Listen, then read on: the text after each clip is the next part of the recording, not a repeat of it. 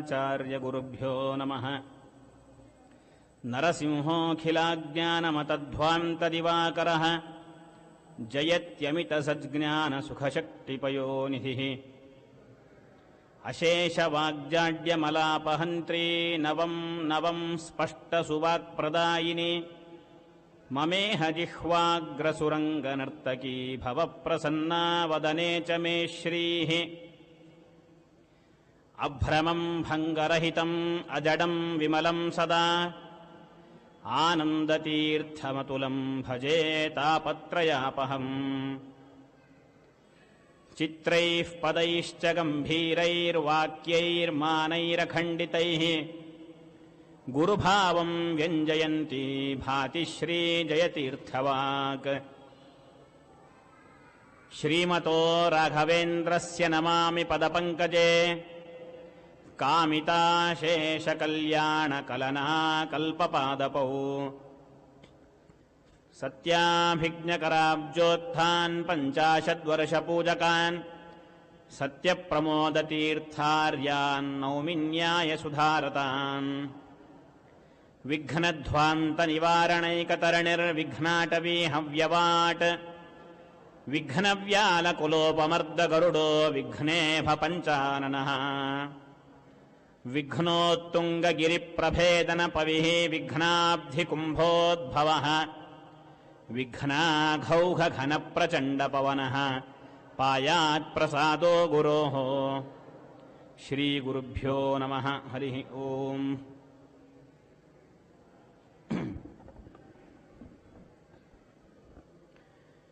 ಕೃಷ್ಣ ಪರಮಾತ್ಮ ಅರ್ಜುನನಿಗೆ ಧೈರ್ಯವನ್ನ ತುಂಬುತ್ತಾ ಅನೇಕ ವಿಧವಾದಂತಹ ಯಜ್ಞಗಳಿರುತ್ತೆ, ಎಲ್ಲ ರೀತಿಯಾದ ಕರ್ಮಗಳನ್ನು ಕಾಮನೆ ಇಲ್ಲದಲೇನೆ ಮಾಡಬೇಕು, ನಿಷ್ಕಾಮವಾಗಿ ಮಾಡಬೇಕು. ಆವಾಗೇ ಮೋಕ್ಷ ಅನ್ನೋದು ಸಿಗತ್ತೆ. ಸಕಾಮವಾದಂತಹ ಕರ್ಮಗಳಿಂದ ಇಂದ್ರಾದಿ ದೇವತೆಗಳ ಆರಾಧನದಿಂದ ಕೇವಲ ಅಲ್ಪವಾದ ನಶ್ವರವಾದ ಸ್ವರ್ಗ ಮುಂತಾದಿ ಫಲಗಳು ಮಾತ್ರ ಸಿಗತ್ತೆ. ನನ್ನ ಆರಾಧನೆ ಮಾಡಿದಾಗ ಸರ್ವೋತ್ತಮವಾದ ಫಲ, ಅದು ಮೋಕ್ಷ, ಅದನ್ನೇ ನಾನು ಕರುಣಿಸ್ತೇನೆ ಅಂತ ಕೃಷ್ಣ ಪರಮಾತ್ಮ ಹೇಳಿ, ನಿನಗೆ ಈ ಸದ್ಯದಲ್ಲಿ ಯೋಗ್ಯವಾದ ಕರ್ಮ ಅಂತಂದರೆ ಅದು ಯುದ್ಧ. ಹಾಗಾಗಿ ಆ ಯುದ್ಧವನ್ನು ನೀನು ಅವಶ್ಯವಾಗಿ ಮಾಡಲೇಬೇಕು. ಚಿತ್ವೈನಂ ಸಂಶಯಂ ಯೋಗಂ ಆತಿಷ್ಠೋತ್ತಿಷ್ಠ ಭಾರತ ಎಂಬುದಾಗಿ ಅರ್ಜುನನಿಗೆ ಹುರಿದುಂಬಿಸ್ತಾನೆ ಕೃಷ್ಣ ಪರಮಾತ್ಮ. ಅದಾದ ಮೇಲೆ ಅರ್ಜುನ ಕೇಳ್ತಾನೆ, ಮತ್ತೆ ನನಗೆ ಗೊಂದಲ ಆಗಿದೆ ಅಂತ. ಕರ್ಮ, ಅದರಿಂದ ಉಂಟಾಗುವಂತಹ ಫಲ, ಆ ಫಲದ ಬಗ್ಗೆ ಇರುವಂತಹ ಆಸೆ, ಆಕಾಂಕ್ಷೆ, ಇವುಗಳನ್ನೆಲ್ಲವನ್ನೂ ಬಿಡಬೇಕು ಅಂತ ಹೇಳ್ತೀಯ. ಇದನ್ನ ಸನ್ಯಾಸ ಅಂತ ಕರೀತಾರೆ, ಕರ್ಮ ಸನ್ಯಾಸ. ಸರಿ, ಕರ್ಮಗಳನ್ನು ಆಚರಣೆ ಮಾಡುವಂತೂ ಹೇಳ್ತೀಯ. ಇವೆರಡನ್ನು ಹೊಂದಿಸೋದು ತುಂಬಾ ಕಷ್ಟವಾಗ್ತಾ ಇದೆ. ಯೋಗಸ್ಥ ಕುರು ಕರ್ಮಾಣಿ ನಿಯತಂ ಕುರು ಕರ್ಮತ್ವಂ ಕಾರ್ಯಂ ಕರ್ಮ ಸಮಾಚಾರ ಇತ್ಯಾದಿ ಅನೇಕ ಮಾತುಗಳಿಂದ ಕರ್ಮಗಳನ್ನು ಮಾಡಬೇಕು ಅಂತ ಹೇಳ್ತೀಯ. ಆದರೆ ಕರ್ಮದ ಸನ್ಯಾಸವನ್ನೂ ಆಚರಣೆ ಮಾಡಬೇಕು ಅಂತ ಅನೇಕ ಮಾತುಗಳಿಂದ ಈಗಾಗಲೇ ಹೇಳಿದ್ದೀಯ ನೀನು. ತಸ್ಮಾದ್ ಅಸಕ್ತ ಸತತಂ ನಿರಾಶೀರ್ ನಿರ್ಮಮೋ ಭೂತ್ವ ನಿರಾಶೀರ್ ಯತಚಿತ್ತಾತ್ಮ ಇತ್ಯಾದಿ ಅನೇಕ ಮಾತುಗಳಿಂದ ಕರ್ಮ ಸನ್ಯಾಸವನ್ನು ಹೇಳ್ತೀಯ. ಈ ಎರಡೂ ಅಂಶಗಳನ್ನು ಆಚರಣೆ ಮಾಡಲೇಬೇಕಾ? ಯಾವುದೋ ಒಂದು ಆಚರಣೆ ಮಾಡಿದರೆ ಸಾಕ? ಯಾವುದಾದ್ರೂ ಒಂದನ್ನ ಆಚರಣೆ ಮಾಡೋದಾದ್ರೆ ಅದು ಯಾವುದನ್ನ ಆಚರಣೆ ಮಾಡಬೇಕು? ಯಾವುದು ಅತ್ಯಂತ ಶ್ರೇಯಸ್ಕರವಾಗಿದೆಯೋ ಅದನ್ನೇ ಆಚರಣೆ ಮಾಡಬೇಕು. ಸರಿ, ಆ ಶ್ರೇಯಸ್ಕರವಾದದ್ದು ಯಾವುದು? ಕರ್ಮದ ಫಲಗಳ ಬಗ್ಗೆ ಆಸೆಗಳನ್ನೆಲ್ಲ ಬಿಟ್ಟು ಸುಮ್ಮನೆ ಕೂಡುವುದೋ, ಅಥವಾ ಕರ್ಮಾಚರಣೆಯನ್ನ ಮಾಡ್ತಾ ಹೋಗುವುದು, ಯಾವುದನ್ನು ಆಚರಣೆ ಮಾಡಬೇಕು? ನನಗೆ ಸಂಶಯ ಬಂದಿದ್ದಕ್ಕೆ ಕೇಳ್ತಾ ಇದ್ದೀನಿ, ಮತ್ತೆ ಸಂಶಯ ಬರುವಂತೆ ನೀನು ಉತ್ತರ ಕೊಡಬೇಡ. ಸಜ್ಜನರನ್ನ ಪುಣ್ಯಭಾಗಿಗಳನ್ನಾಗಿ ಮಾಡುವಂತಹ, ದುರ್ಜನರನ್ನ ಪಾಪಭಾಗಿಗಳನ್ನಾಗಿ ಮಾಡುವಂತಹ ಕಾರ್ಯ, ಪುಣ್ಯದ ಕಡೆ ಸಜ್ಜನರನ್ನ ಎಳೆಯುವಂತಹ, ಪಾಪದ ಕಡೆಗೆ ದುರ್ಜನರನ್ನ ಎಳೆಯುವಂತಹ, ಕರ್ಷಣ ಮಾಡುವಂತಹ ಕೃಷ್ಣ ನೀನು. ಹಾಗಾಗಿ ನನಗೆ ಯಾವುದೇ ತರಹದ ಸಂಶಯ ಬರದೇ ಇರುವಂತೆ ನೀನು ಉತ್ತರವನ್ನು ಕೊಡು ಅಂತ ಅರ್ಜುನ ಪ್ರಶ್ನೆಯನ್ನ ಮಾಡಿದ. ಅರ್ಜುನ ಉವಾಚ ಸನ್ಯಾಸಂ ಕರ್ಮಣಾಂ ಕೃಷ್ಣ ಪುನರ್ಯೋಗಂ ಚ ಶಂಸಸಿ ಯಚ್ಛ್ರೇಯ ಏತಯೋರೇಕಂ ತನ್ಮೇ ಬ್ರೂಹಿ ಸುನಿಶ್ಚಿತಂ. ಕೃಷ್ಣ ಅಂದ, ಸನ್ಯಾಸ ಹಾಗೂ ಕರ್ಮಯೋಗ ಇವು ಎರಡರಲ್ಲಿ ಯಾವುದು ಶ್ರೇಷ್ಠ ಅಂತ ಕೇಳ್ತಾ ಇದ್ದಿ. ಇದು ಹೇಗಿದೆ ಅಂತಂದ್ರೆ, ಎರಡು ಕಣ್ಣುಗಳಿದೆ, ಎರಡು ಕಣ್ಣುಗಳಲ್ಲಿ ಯಾವುದು ಶ್ರೇಷ್ಠ? ಎರಡು ಕೈಗಳಲ್ಲಿ ಯಾವುದು ಶ್ರೇಷ್ಠ? ಎರಡು ಕಿಡ್ನಿಗಳಿರುತ್ತೆ, ಎಲ್ಲವೂ ಪರಮಾತ್ಮ ಒಂದು ಸ್ಪೇರ್ ಕೊಟ್ಟಿರ್ತಾನೆ, ಒಂದು ಹೋದ್ರೆ ಮತ್ತೊಂದು ಅಂತ. ಎರಡು ಕಿಡ್ನಿಗಳಲ್ಲಿ ಯಾವುದು ಶ್ರೇಷ್ಠ? ಒಂದು ನಾಣ್ಯ ಇದೆ, ನಾಣ್ಯಕ್ಕೆ ಎರಡು ಮುಖಗಳಿರುತ್ತೆ, ಹೆಡ್ ಟೈಲ್ಸ್. ಆ ಎರಡರಲ್ಲಿ ಯಾವುದು ಶ್ರೇಷ್ಠ ಅಂತ ಕೇಳಿದ ಹಾಗೆ ಇದು. ಯಾವಾಗ ನೀನು ಶ್ರೇಷ್ಠ ಎನ್ನುವಂತಹ ಪ್ರಶ್ನೆ ಮಾಡಬೇಕು ಅಂತಂದ್ರೆ, ಯಾವುದಾದ್ರೂ ಒಂದು ಪದಾರ್ಥವನ್ನ ಖರೀದಿ ಮಾಡಲಿಕ್ಕೆ ಹೋಗಿರ್ತೇವೆ. ಆ ಶಾಪ್ನವನು ತಮ್ಮಲ್ಲಿ ಇರುವಂತಹ ಒಂದೇ ವಸ್ತುವನ್ನ ಅನೇಕ ಬಗೆಯಾಗಿ ತಯಾರು ಮಾಡಿರುವಂತಹ ಪ್ರಾಡಕ್ಟ್ಸ್ ಅನ್ನ ತೋರಿಸ್ತಾನೆ. ಒಂದು ಕಮ್ಮಿ ಕ್ವಾಲಿಟಿದಿರ್ಬೋದು, ಒಂದು ಒಳ್ಳೆ ಕ್ವಾಲಿಟಿ ಇರ್ಬೋದು. ಹೀಗೆ ತೋರಿಸಿದಾಗ ಎರಡರಲ್ಲಿ ಯಾವುದು ಶ್ರೇಷ್ಠ ಎನ್ನುವುದಾಗಿ ಪ್ರಶ್ನೆ ಮಾಡುವುದು ಯೋಗ್ಯ. ಸಾಮಾನ್ಯವಾಗಿ ನಾವು ತಗೊಳ್ಳುವಾಗ ಯಾವುದು ಕ್ವಾಲಿಟಿ ಚೆನ್ನಾಗಿರುತ್ತೆ ಅದನ್ನೇ ತಗೊಳ್ತೇವೆ. ಆದರೆ ನೀನು ಕೇಳ್ತಾ ಇರುವಂತಹ ಪ್ರಶ್ನೆ ಹಾಗಿಲ್ಲ. ಸಮಪ್ರಾಧಾನ್ಯ ಇರುವಂತಹ, ಎರಡನ್ನೂ ಸಮಾನವಾಗಿ ಆಚರಣೆ ಮಾಡಬೇಕಾದಂತಹ ಸಂದರ್ಭ, ಈ ಎರಡರಲ್ಲಿ ಯಾವುದು ಶ್ರೇಷ್ಠ ಅಂತ ಕೇಳಿದ್ರೆ ಏನು ಹೇಳಬೇಕು? ಕೃಷ್ಣ ಅಂತಾನೆ, ಸನ್ಯಾಸ ಕರ್ಮಯೋಗಶ್ಚ ನಿಶ್ರೇಯಸಕರ ಉಭೌ. ಎರಡೂ ಕೂಡ ಮೋಕ್ಷವನ್ನೇ ಕೊಡುವಂಥವುಗಳು. ಸನ್ಯಾಸ ಆಗಿರಬಹುದು, ಕರ್ಮಯೋಗ ಆಗಿರಬಹುದು, ಎರಡೂ ಕೂಡ ಮೋಕ್ಷವನ್ನೇ ಕೊಡುತ್ತೆ. ಆದರೂ ನಾನು ಜಗದ್ವಿಲಕ್ಷಣ, ನೀನು ಎಷ್ಟೇ ಎಕ್ಸಾಂಪಲ್ಸ್ ಕೊಟ್ಟರು ಅದರ ಮೇಲೆ ನಾನೊಂದು ಹೇಳ್ತೇನೆ ಅಂತಂತಾನೆ ಕೃಷ್ಣ. ಎರಡು ಕಣ್ಣುಗಳಿದೆ, ಕಣ್ಣುಗಳಲ್ಲಿ ಯಾವುದು ಶ್ರೇಷ್ಠ? ಉತ್ತರ ಇಲ್ಲ. ಎರಡು ಕೈಗಳಲ್ಲಿ ಯಾವುದು ಶ್ರೇಷ್ಠ? ಉತ್ತರ ಇಲ್ಲ. ಎರಡು ಕಿಡ್ನಿಗಳಲ್ಲಿ ಯಾವುದು ಶ್ರೇಷ್ಠ? ಉತ್ತರ ಇಲ್ಲ. ನಾಣ್ಯದ ಎರಡು ಮುಖಗಳಲ್ಲಿ ಯಾವುದು ಶ್ರೇಷ್ಠ? ಉತ್ತರ ಇಲ್ಲ ಅಂತ ನೀನು ಅನ್ಕೊಂಡಿದ್ದೀಯ. ಆದರೆ ನಾನು ಉತ್ತರ ಹೇಳ್ತೇನೆ. ಯಾವುದರ ಮೇಲೆ ಆ ನಾಣ್ಯದ ಬೆಲೆ ಎಷ್ಟಿರುತ್ತೆ ಅಂತ ತೋರಿಸತ್ತೋ ಅದು ಶ್ರೇಷ್ಠ ಅಂತ ಅರ್ಥ.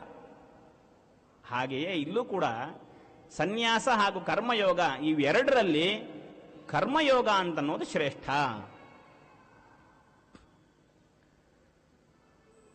ವಸ್ತುತಃ ನಿನಗೆ ಸತ್ಯವನ್ನು ಹೇಳೋದಾದರೆ ಸನ್ಯಾಸ ಶ್ರೇಷ್ಠ ಅಂತ ಮತ್ತೆ ಹೇಳ್ತಾನೆ. ನಾನು ಒಂದು ವೇಳೆ ನಿನಗೆ ಆ ವಸ್ತುಸ್ಥಿತಿಯನ್ನ ಯಾವುದು ಸತ್ಯವಾದದ್ದೋ ಸನ್ಯಾಸವೇ ಶ್ರೇಷ್ಠ ಅಂತ ನಿನಗೇನಾದ್ರೂ ಈ ಸಂದರ್ಭದಲ್ಲಿ, ಈ ಯುದ್ಧದ ಸಂದರ್ಭದಲ್ಲಿ ಸನ್ಯಾಸವೇ ಶ್ರೇಷ್ಠ ಅಂತ ನಾನು ನಿನಗೇನಾದ್ರೂ ಹೇಳಿದರೆ, ಇಲ್ಲಿ ಅನೇಕ ಬಾರಿ ಈ ಅಧ್ಯಾಯದಲ್ಲಿ ಸನ್ಯಾಸ ಎನ್ನುವಂತಹ ಶಬ್ದ ಬರುತ್ತೆ. ಸನ್ಯಾಸ ಅಂತಂದ್ರೆ ಈ ಯತಿಗಳ ಸ್ವೀಕಾರ ಮಾಡುವಂತಹ 4ನೇ ಆಶ್ರಮ, ಅದ ಈ ಕರ್ಮದ ಬಂಧದಿಂದ ವಿಮುಕ್ತನಾಗ್ತಾನೆ. ಅಂಥವನು ಯೋ ನ ದ್ವೇಷ್ಟಿನ ಕಾಂಕ್ಷತಿ, ಯಾವ ಒಂದು ವಸ್ತುವಿನ ಅಥವಾ ಒಬ್ಬ ವ್ಯಕ್ತಿಯ ಮೇಲೆ ದ್ವೇಷ ಆಗಲಿ, ಅವನ ಮೇಲೆ ಪ್ರೀತಿಯಾಗಲಿ, ಈ ತರಹ ಇರಬಾರದು. ಅದನ್ನು ಅರ್ಜುನನಿಗೆ ತಿಳಿಸಿಕೊಡ್ತಾ ಇದ್ದಾನೆ.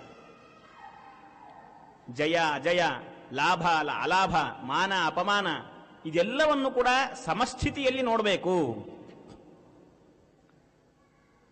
ನಾನು ಕೇವಲ ಕರ್ಮಯೋಗವನ್ನು ಮಾತ್ರ ಮಾಡ್ತಾ ಹೋಗ್ತೇನೆ, ಕರ್ಮ ಸನ್ಯಾಸವನ್ನ ಮಾಡೋದಿಲ್ಲ ಅಂತ ಅನ್ಬಾರದು.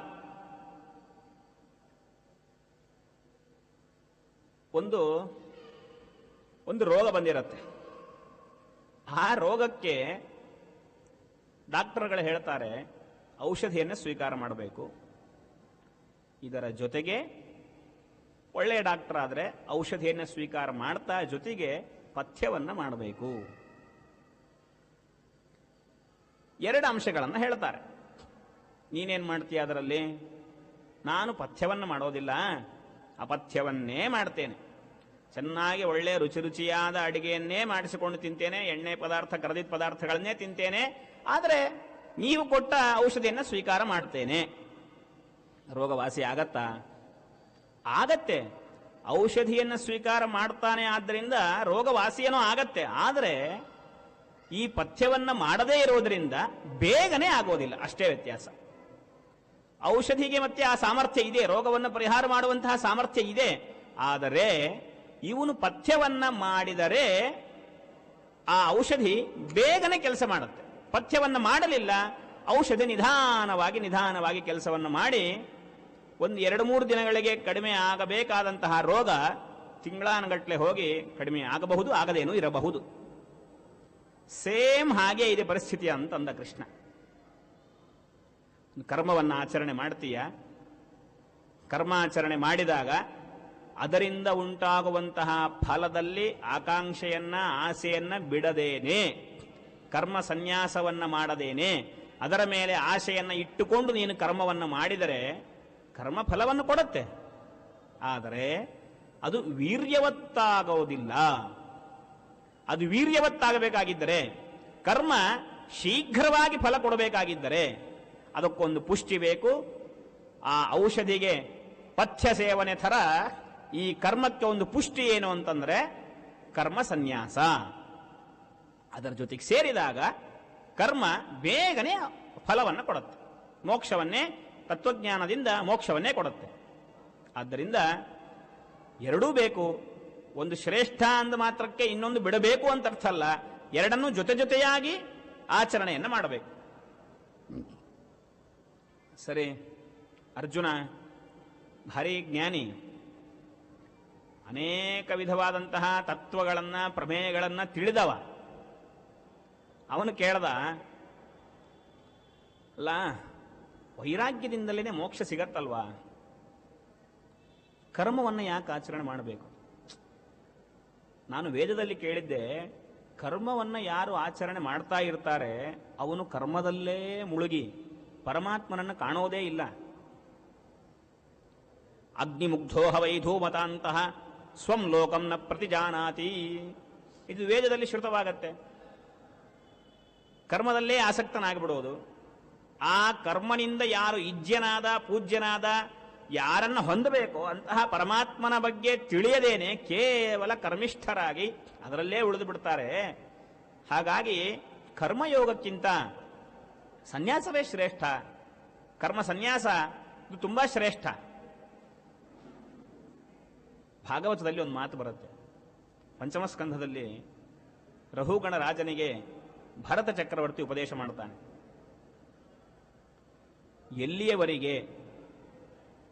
ಎಲ್ಲಿಯವರೆಗೆ ಈ ದೈಹಿಕವಾದಂತಹ ಸುಖಗಳನ್ನು ತೊರೆಯುವುದಿಲ್ಲ, ಅಲ್ಲಿಯವರೆಗೆ ವೇದ ಹೇಳಿದಂತಹ, ಶಾಸ್ತ್ರ ಹೇಳಿದಂತಹ ಕರ್ಮಗಳು ಇವನಿಗೆ ಮಾಡಲಿಕ್ಕಾಗೋದಿಲ್ಲ, ಮಾಡಿದರೂ ಫಲಗಳನ್ನು ಕೊಡುವುದೇ ಇಲ್ಲ. ನತಸ್ಯ ತತ್ವಗ್ರಹಣಾಯ ಸಾಕ್ಷಾತ್ ವರೀಯಸೀರಪಿ ವಾಚ ಸಮಾಸನ್ ಸ್ವಪ್ನೆ ನಿರುಕ್ತ್ಯ ಗ್ರಹಮೇಧಿ ಸೌಖ್ಯಂ ನಯಸ್ಯ ಹೇಯಾನುಮಿತಂ ಸ್ವಯಂ ಸ್ಯಾತ್. ಎಲ್ಲಿಯವರೆಗೆ ಇದರ ಮೇಲೆ ಧ್ಯೇಯತಾ ಬುದ್ಧಿ ಬರೋದಿಲ್ಲ ಅಲ್ಲಿಯವರೆಗೆ ಅವನಿಗೆ ವೇದಗಳಿಂದ ಶಾಸ್ತ್ರಗಳಿಂದ ತತ್ವಜ್ಞಾನ ಹುಟ್ಟೋದೇ ಇಲ್ಲ, ಮೋಕ್ಷವೇ ಸಿಗೋದೇ ಇಲ್ಲ ಅಂತ. ಹಾಗಾದ್ರೆ ಏನಾಯ್ತು ಇದರ ಅರ್ಥ? ಅಂದ್ರೆ ಹೇಯತಾ ಬುದ್ಧಿ ಬರಬೇಕು, ಅದರಿಂದಲೇ ಮೋಕ್ಷ. ಹೇಯತಾ ಬುದ್ಧಿ ಬರೋದು ಅಂದ್ರೆ ಏನು? ವೈರಾಗ್ಯವನ್ನು ಪಡೆಯೋದು ಅಂತ ಅರ್ಥ. ವೈರಾಗ್ಯದಿಂದಲೇ ಮೋಕ್ಷ. ಹಾಗಾಗಿ ಕರ್ಮಯೋಗದಿಂದ ಮೋಕ್ಷ ಅಂತೇನಿಲ್ಲ. ನೀನೇನು ಹೇಳಿದೆ? ಸನ್ಯಾಸ ಕರ್ಮಯೋಗಶ್ಚ ನಿಶ್ರೇಯಸಕರಾವುಭೌ, ಎರಡೂ ಕೂಡ ನಿಶ್ರೇಯಸವನ್ನ ಮೋಕ್ಷವನ್ನ ಕೊಡುತ್ತೆ ಅಂತ ಹೇಳಿದೀಯ. ಎರಡೂ ಮೋಕ್ಷವನ್ನು ಕೊಡೋದೇ ಇಲ್ಲ, ವೈರಾಗ್ಯವನ್ನೇ ಮೋಕ್ಷವನ್ನು ಕೊಡುವುದು. ಅದಕ್ಕೆ ಕೃಷ್ಣ ಉತ್ತರ ಕೊಡ್ತಾನೆ, ಸರ್ವಥಾ ಹಾಗಿಲ್ಲ. ವೈರಾಗ್ಯನೇ ಮೋಕ್ಷವನ್ನು ಕೊಡೋದು ಇದರರ್ಥ ವೈರಾಗ್ಯವನ್ನ ಪಡೆಯಬೇಕು. ವೈರಾಗ್ಯದಿಂದ ಅವನಿಗೆ ತತ್ವಜ್ಞಾನ ಸಿಗಬೇಕು. ವೈರಾಗ್ಯದಿಂದ ಸತ್ಕರ್ಮಾನುಷ್ಠಾನ, ನಿಷ್ಕಾಮವಾಗಿ ಕರ್ಮಗಳನ್ನು ಆಚರಣೆ ಮಾಡ್ತಾ ಮಾಡ್ತಾ ಮಾಡ್ತಾ ಕೊನೆಗೆ ತತ್ವಜ್ಞಾನದಿಂದ ಮೋಕ್ಷ. ಕರ್ಮಣ ಜ್ಞಾನ ಮಾತನೋತಿ ಜ್ಞಾನೇನ ಅಮೃತಿ ಭವತಿ. ಸಾಕ್ಷಾತ್ ಕರ್ಮದಿಂದ ಮೋಕ್ಷ ಹೇಳೇ ಇಲ್ಲ. ಕರ್ಮವನ್ನೇ ಆಚರಣೆ ಮಾಡ್ತಾ ಇದ್ದಾರೆ, ಅದರಲ್ಲೇ ಸುಳುಕಿ ಬಿಡ್ತಾನೆ. ಸರ್ವಥಾ ಇಲ್ಲ. ಅದು ಯಾವ ಕರ್ಮ ಗೊತ್ತೇನು? ಅದು ಸಕಾಮ ಕರ್ಮ. ಸಕಾಮ ಕರ್ಮವನ್ನು ಮಾಡ್ತಾ ಇದ್ರೆ ಮತ್ತೆ ಮತ್ತೆ ಅದೇ ತರಹ ಕರ್ಮವನ್ನೇ ಮಾಡಬೇಕು ಅಂತ ಅನ್ಸತ್ತೆ ಹೊರತು ನಿಷ್ಕಾಮ ಕರ್ಮವನ್ನು ಮಾಡಬೇಕು, ನಾನು ತತ್ವಜ್ಞಾನವನ್ನು ಪಡೆಯಬೇಕು ಅಂತ ಅನ್ಸೋದೇ ಇಲ್ಲ. ಹಾಗಾಗಿ ಸರ್ವಥಾ ಆ ತಪ್ಪು ಕಲ್ಪನೆ ಬೇಡ. ಸಾಂಖ್ಯಯೋಗವು ಪೃಥಕ್ ಬಾಲಾಹ ಪ್ರವದಂತಿನ ಪಂಡಿತಾಹ. ಹಾಗಾಗಿ ಜ್ಞಾನ ಮಾರ್ಗ, ಕರ್ಮ ಮಾರ್ಗ ಎರಡೂ ಬೇಕೇ ಬೇಕು ಅಂತ ಕೃಷ್ಣ ಪರಮಾತ್ಮ ಅದಕ್ಕೆ ಉತ್ತರವನ್ನು ಕೊಟ್ಟು, ಸರಿ ಕರ್ಮಾಚರಣೆ ಮಾಡ್ತಾ ಹೋಗ್ತೇವೆ, ಕರ್ಮದಿಂದ ತತ್ವಜ್ಞಾನ ಸಿಗತ್ತೆ ಅಂತ ಹೇಳ್ತೀಯ, ತತ್ವಜ್ಞಾನದಿಂದ ಮೋಕ್ಷ. ನಮಗೆ ಈ ಮಧ್ಯದಲ್ಲೇನೆ ಈ ಕರ್ಮಾಚರಣೆ ಮಾಡ್ತಾ ಇರುವಾಗ ಜ್ಞಾನವನ್ನು ಪಡ್ಕೊಳ್ತೇವೆ.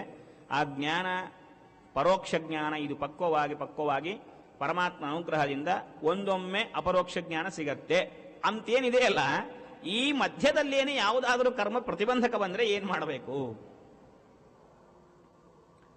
ಹಾಗಾಗೋದಿಲ್ಲ ಅಂತಂತಾನೆ ಕೃಷ್ಣ. ಯೋಗಯುಕ್ತ ವಿಶುದ್ಧಾತ್ಮ ವಿಜಿತಾತ್ಮ ಜಿತೇಂದ್ರಿಯ ಸರ್ವಭೂತಾತ್ಮ ಕುರುವನ್ನಪಿ ನಲಿಪ್ಯತೆ. ಮೊದಲಿಗೆ ಕರ್ಮಾಚರಣವನ್ನು ಆರಂಭ ಮಾಡದೆ, ಕರ್ಮಗಳನ್ನ ಮಾಡ್ತಾ ಸಂಧ್ಯಾವಂದನೆ ಆಗಿರಬಹುದು, ದೇವತಾ ಆರಾಧನಾ, ದೇವ ಪೂಜೆಗೆ ಸಾಮಗ್ರಿಗಳನ್ನು ತಗೊಂಡು ಬರೋದು, ಪೂಜೆಯನ್ನು ಮಾಡುವುದು, ಭೋಜನವನ್ನು ವೈಶ್ವಾನರ ಯಜ್ಞ ಎನ್ನುವಂತಹ ಅನುಸಂಧಾನದಿಂದ ಮಾಡುವುದು, ಹೀಗೆ ಕರ್ಮವನ್ನು ಆಚರಣೆ ಮಾಡ್ತಾ ಮಾಡ್ತಾ ಅವನ ಸ್ವಭಾವ ಶುದ್ಧ ಸ್ವಭಾವ ಆಗತ್ತೆ. ಸ್ವಭಾವ ಶುದ್ಧವಾದ ಮೇಲೆ ಅಂತಃಕರಣ ಶುದ್ಧವಾಗತ್ತೆ. ಅಂತಃಕರಣ ಇವೆರಡೂ ಶುದ್ಧ ಆದ ಮೇಲೆ ಮನಸ್ಸು ಅದು ನಿಗೃಹೀತವಾಗತ್ತೆ. ಮನಸ್ಸನ್ನ ಹಿಡಿತದಲ್ಲಿ ಇಟ್ಟುಕೊಂಡ ಮೇಲೆ ಎಲ್ಲ ಇಂದ್ರಿಯಗಳು ಮನಸ್ಸಿನ ಕಡೆ ಬರಲೇಬೇಕು. ಆ ಮನಸ್ಸೇ ಹಿಡಿತದಲ್ಲಿ ಇಲ್ಲ ಅಂತಂದ್ರೆ ಇಂದ್ರಿಯಗಳೆಲ್ಲ ಲಗಾಮು ಬಿಟ್ಟ ಕುದುರೆಗಳಂತೆ ಓಡ್ತಾ ಇರುತ್ತೆ. ಆ ಮನೋ ನಿಗ್ರಹವನ್ನು ಮಾಡಿದ ಮೇಲೆ ಎಲ್ಲ ಇಂದ್ರಿಯಗಳು ನಿಗ್ರಹಿತವಾದಂತೇನೆ ಜಿತೇಂದ್ರಿಯನಾಗ್ತಾನೆ. ಜಿತೇಂದ್ರಿಯನಾದ ಮೇಲೆ ಇನ್ನೇನು ಉಳಿತು? ಜಿತೇಂದ್ರಿಯತ್ವಮೇವ, ಇದೇ ಸನ್ಯಾಸ ಅಂದ್ರೆ. ಈ ಸನ್ಯಾಸ ಆದ ಮೇಲೆ ಅವನ ಚಿಂತನೆ ಹೇಗಿರುತ್ತೆ? ಆ ವ್ಯಕ್ತಿಯ ಚಿಂತನೆ ಅಂತಂದ್ರೆ ಭೂತಾತ್ಮ ಬ್ರಹ್ಮಾದಿ ಸ್ಥಾವರಾಂತವಾದ ಎಲ್ಲ ಜೀವರಾಶಿಗಳಲ್ಲಿ, ಜಡ ಪದಾರ್ಥಗಳಲ್ಲಿ ಇದ್ದು ನಿಯಮನ ಮಾಡುವಂತಹ ಪರಮಾತ್ಮ ಏನಿದ್ದಾನೆ, ಸರ್ವಭೂತಾತ್ಮನಾಗಿ ಯಾವ ಪರಮಾತ್ಮ ಇದ್ದಾನೆ, ಆ ಸರ್ವಭೂತಾತ್ಮಭೂತನಾದ ಪರಮಾತ್ಮನೇ ನನಗೂ ಆತ್ಮ, ನನಗೂ ಅವನೇ ಸ್ವಾಮಿ. ನನ್ನ ಸ್ವಾಮಿ ಯಾರೋ ಸಣ್ಣ ವ್ಯಕ್ತಿ ಅಲ್ಲ, ಬ್ರಹ್ಮಾದಿ ದೇವತೆಗಳನ್ನು ನಿಯಮನ ಮಾಡುವಂತಹ ಸ್ವಾಮಿ, ಅವನು ನನಗೂ ಸ್ವಾಮಿ. ಈ ಚಿಂತನೆ ಬರುತ್ತೆ. ಮಮ ಸ್ವಾಮಿ ಹರಿರ್ನಿತ್ಯಂ ಸರ್ವಸ್ಯ ಪತಿರೇವಚ. ಎಲ್ಲರಿಗೂ ನಿಯಾಮಕನಾದಂತಹ ಒಡೆಯ ಅವ ನನಗೂ ಒಡೆಯ ಎನ್ನುವಂತಹ ಚಿಂತನೆ ಆ ವ್ಯಕ್ತಿಗೆ ಬರುತ್ತೆ. ಅವನು ಮಾಡಿದಂತಹ ಕರ್ಮಗಳ ಲೇಪ ಸರ್ವಥಾ ಆಗೋದಿಲ್ಲ, ಯಾವ ಬಂಧನಕ್ಕೂ ಸಿಲುಕೋದಿಲ್ಲ. ಹಾಗಾಗಿ ಧೈರ್ಯವಾಗಿ, ಯಾಕೆ ಇವನು ಮಾಡುವಂತಹ ಕರ್ಮಗಳು, ಆ ಚಿಂತನೆಯಿಂದ ಮಾಡುವಂತಹ ಕರ್ಮಗಳು ಅವು ಎಲ್ಲಿ ಪರ್ಯವಸಾನ ಆಗತ್ತೆ ಹೇಳಿ? ಜ್ಞಾನದಲ್ಲೇ ಪರ್ಯವಸಾನ ಆಗತ್ತೆ. ಸರ್ವಂ ಕರ್ಮಾಖಿಲಂ ಪಾರ್ಥ ಜ್ಞಾನೇ ಪರಿಸಮಾಪ್ಯತೆ. ಜ್ಞಾನದಲ್ಲಿ ಪರ್ಯವಸಿತವಾದ ಮೇಲೆ ಅವುಗಳಿಂದ ಬಂಧ ಸರ್ವಥಾ ಆಗೋದೇ ಇಲ್ಲ. ಹಾಗಾಗಿ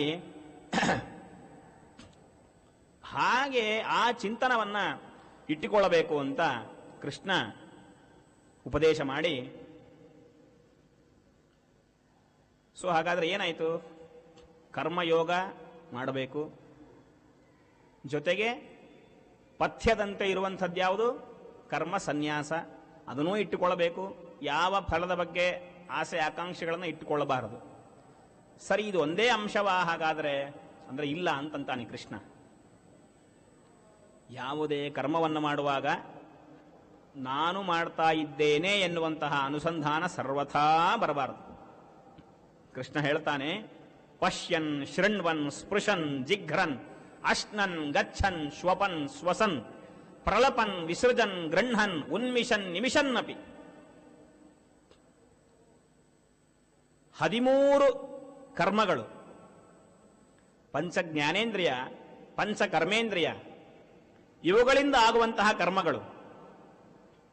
ನೋಡುವುದು, ನಡೆಯುವುದು, ವಾಸನೆ ನೋಡುವುದು, ಪದಾರ್ಥಗಳನ್ನು ಸ್ವೀಕಾರ ಮಾಡುವುದು, ಮಲಮೂತ್ರ ವಿಸರ್ಜನೆ ಮಾಡುವುದು, ಉಚ್ಛ್ವಾಸ ನಿಶ್ವಾಸ ಮಾಡುವುದು. ಈವನ್ ಉಚ್ಛ್ವಾಸ ನಿಶ್ವಾಸಗಳನ್ನು ಮಾಡುವಾಗಲೂ ಕೂಡ ಇದು ಪರಮಾತ್ಮನೇ ನಿಂತು ಮಾಡಿಸ್ತಾ ಇದ್ದಾನೆ ಎನ್ನುವಂತಹ ಅನುಸಂಧಾನ. ಯಾಕೆ? ಅದು ಎಲ್ಲರ ಅನುಭವಕ್ಕೂ ಬರೋದೇ, ಆದರೆ ನಾವು ಆ ಅನುಸಂಧಾನವನ್ನು ಮಾಡೋದಿಲ್ಲ ಅಷ್ಟೆ. ನನ್ನ ಕಣ್ಣು, ಕಿವಿ, ಬಾಯಿ, ನಾಲಿಗೆ ಎಲ್ಲವೂ ಚೆನ್ನಾಗಿದೆ, ಈಗೇನೋ ಚೆನ್ನಾಗಿ ನಡೀತಾ ಇದೆ. ಒಂದೊಮ್ಮೆ ರೋಗ ಬಂದಾಗ ಅವಾಗ ಅನ್ಸತ್ತೆ ಇದು ನನ್ನ ಕಂಟ್ರೋಲಲ್ಲಿ ಇಲ್ಲ, ಇದನ್ನು ನಡೆಸುವಂತಹ ವ್ಯಕ್ತಿ ಅವನು ಸರ್ವೋತ್ತಮನಾದ ಪರಮಾತ್ಮ. ನೀವು ಎಷ್ಟೇ ಜನ ವೈದ್ಯರ ಹತ್ರ ಹೋದ್ರೂ ವಾಸಿ ಆಗದೇ ಇರುವಂತಹ ರೋಗಗಳಿಗೆ ಬಂದಿವೆ. ಇದರಿಂದ ಏನರ್ಥ ಆಗತ್ತೆ? ಇಂದ್ರಿಯಗಳು ಇದು ಯಾವುದು ಜೀವನ ಕಂಟ್ರೋಲಲ್ಲಿ ಇರೋದಿಲ್ಲ, ಇದಕ್ಕೆ ಪರಮಾತ್ಮನೇ ನಿಯಾಮಕ ಎನ್ನುವಂತಹ ಭಾವನೆ ಆವಾಗ ಬರುತ್ತೆ. ಹಾಗಾಗಿ ಈ ಅನುಸಂಧಾನವನ್ನ ಮಾಡಬೇಕು. ಒಟ್ಟಾರೆ ಬೆಳಿಗ್ಗೆ ಎದ್ದಾಗಲಿಂದ ನಾವು ಎದ್ದ ಕೂಡಲೇ ಸಂಕಲ್ಪವನ್ನು ಮಾಡೋದೇ ಹಾಗೆ. ಪ್ರಾತಃ ಸಮುತ್ಥಾಯ ತವ ಪ್ರಿಯಾರ್ಥಂ ಸಂಸಾರ ಯಾತ್ರಾ ಮನುವರ್ತಯಿಷ್ಯೆ. ಬೆಳಿಗ್ಗೆ ಎದ್ದಾಗಲಿಂದ ರಾತ್ರಿ ಮಲಗುವವರೆಗೂ ಈ ಸಂಸಾರ ಯಾತ್ರೆಯನ್ನ ಏನು ನಡೆಸ್ತಾ ಇದ್ದೇನೆ, ಇದೆಲ್ಲವೂ ಕೂಡ ನಿನ್ನ ಪ್ರೀತಿಗಾಗಿ. ಸ್ವಾಮಿ ತ್ವಂ ನೃಹರೇ ತವಾನುಚರಣ ಪ್ರಾಣ ಶರೀರಂ ಗೃಹಂ ಪೂಜಾ ತೇ ವಿಷಯೋಪಭೋಗ ರಚನಾ ನಿದ್ರಾ ಸಮಾಧಿ ಸ್ಥಿತಿ ಸಂಚಾರ ಪದಯೋ ಪ್ರದಕ್ಷಿಣ ವಿಧಿ ಸ್ತೋತ್ರಾಣಿ ಸರ್ವಾಗಿರಃ ಯದ್ಯತ್ ಕರ್ಮ ಕರೋಮಿ ತತ್ತದಖಿಲಂ ವಿಷ್ಣೋ ತವಾರಾಧನಂ. ನಾವೇನು ಕಾರ್ಯವನ್ನು ಮಾಡ್ತೇವೋ, ದೇವಸ್ಥಾನಕ್ಕೆ ಬಂದ್ವಿ, ಇದೊಂದು ಯಾತ್ರೆ. ನಾವೇನೋ ಒಂದು ಸಲಕರಣೆಗಳನ್ನೆಲ್ಲ ಜೋಡಿಸ್ಕೊಂಡ್ವಿ, ಅಥವಾ ಏನಾದರೂ ಬೇರೆ ಕಾರ್ಯವನ್ನು ಮಾಡಿದ್ವಿ, ಇದು ನಿನ್ನ ಪೂಜೆ. ವಿಷಯ ಭೋಗಗಳನ್ನು ಮಾಡಿದ್ವಿ, ಆಹಾರ ಪದಾರ್ಥವನ್ನು ಸ್ವೀಕಾರ ಮಾಡಿದ್ವಿ, ಇದು ನಿನ್ನ ಪೂಜೆ. ಹೀಗೆ ಎಲ್ಲ ಕಡೆ ಭಗವತ್ ಪೂಜಾನುಸಂಧಾನ ಇರಬೇಕು. ನೀನೇ ಮಾಡ್ತಾ ಇದ್ದಿ ಎನ್ನುವಂತಹ ಕರ್ತೃತ್ವದ ಅನುಸಂಧಾನ ಇತ್ತೋ ಅದು ಸರ್ವಥಾ ಶ್ರೇಯಸ್ಸು ಕೊಡೋದಿಲ್ಲ. ಹಾಗಾಗಿ ಆ ಕರ್ತೃತ್ವಾನುಸಂಧಾನವನ್ನು ಬಿಡಬೇಕು. ಪರಮಾತ್ಮನೇ ಮಾಡಿಸ್ತಾ ಇದ್ದಾನೆ ಎನ್ನುವಂತಹ ಅನುಸಂಧಾನವನ್ನ ಮಾಡಿದರೆ ಅವಾಗ ಇದರಿಂದ ಮೋಕ್ಷವಾಗತ್ತೆ. 13 ತರಹದ ಕರ್ಮಗಳನ್ನು ಕೃಷ್ಣ ಪರಮಾತ್ಮ ಹೇಳ್ದ. 5 ಜ್ಞಾನೇಂದ್ರಿಯಗಳ ವ್ಯಾಪಾರಗಳು, 5 ಕರ್ಮೇಂದ್ರಿಯ ವಾಕ್ಪಾಣಿ ಪಾದ ಪಾಯುಪಸ್ಥ ಇವುಗಳ ವ್ಯಾಪಾರಗಳು. ಇನ್ನ ಸ್ವಾಪ ಸುಷುಪ್ತಿ ಏನು ನಿದ್ದೆ ಮಾಡ್ತೇವೆ, ಈ ನಿದ್ದೆ ಮಾಡುವುದು ಅದು ಒಂದು ಬುದ್ಧಿಯ ವ್ಯಾಪಾರ. ಆಮೇಲೆ ಶ್ವಸನ, ಇದು ಪ್ರಾಣವಾಯುವಿನ ವ್ಯಾಪಾರ. ಆಮೇಲೆ ರೆಪ್ಪೆ ಬಡಿಯುವುದು, ಉನ್ಮಿಷನ್ ನಿಮಿಷನ್ನಪಿ, ರೆಪ್ಪೆ ಬಡಿಯುವುದು, ಮುಚ್ಚುವುದು, ತೆಗೆಯುವುದು ಏನು ಮಾಡ್ತೇವೆ, ಇದು ಕೂಡ ಕೂರ್ಮ ವಾಯುವಿನ ವ್ಯಾಪಾರ. ಈ ಎಲ್ಲ ತರಹದ ವ್ಯಾಪಾರಗಳನ್ನು ಕೂಡ ಪರಮಾತ್ಮ ತನ್ನ ಅಧೀನವಾಗಿ ನಿಂತು, ಎಲ್ಲ ದೇವತೆಗಳಾಗಿರಬಹುದು, ತತ್ವಾಭಿಮಾನಿ ದೇವತೆಗಳೆಲ್ಲ ಪರಮಾತ್ಮನ ಅಧೀನವಾಗಿ ಈ ಕರ್ಮಗಳನ್ನೆಲ್ಲ ಮಾಡಿಸ್ತಾ ಇದ್ದಾರೆ ಎನ್ನುವಂತಹ ಅನುಸಂಧಾನ. ಇದು ಕರ್ಮ ಸನ್ಯಾಸದಲ್ಲಿ ಆಡ್ ಆಗುವಂತಹ ಇನ್ನೊಂದು ಪಾಯಿಂಟ್. ನಾನು ಚೇತನ, ನೀನು ಪರಮಚೇತನ. ನೀನು ಚೇಷ್ಟೆ ಮಾಡಿಸಿದರೆ ನಾನು ಚೇತನ, ಚೇಷ್ಟೆ ಮಾಡಿಸಲಿಲ್ಲ ನಾನು ಅಚೇತನ. ಅದನ್ನೇ ದಾಸರು ಹೇಳ್ತಾರೆ, ಚೇತನನು ನಾನು ನೀ ಚೇಷ್ಟೆ ಮಾಡಿಸಲಾಗ, ಅಚೇತನನು ನೀನು ಸುಮ್ಮನಿರಲು, ನೀನು ಸುಮ್ಮನಿದ್ರೆ ನಾನು ಅಚೇತನ. ಹಾಗಾಗಿ ಇದೆಲ್ಲವೂ ಕೂಡ ನಿನ್ನ ಅಧೀನ ಎನ್ನುವಂತಹ ಭಾವನೆ ಇದು ಆತ್ಯಂತಿಕವಾದಂತಹ ಶ್ರೇಯಸ್ಸನ್ನು ಕೊಡತಕ್ಕಂಥದ್ದು.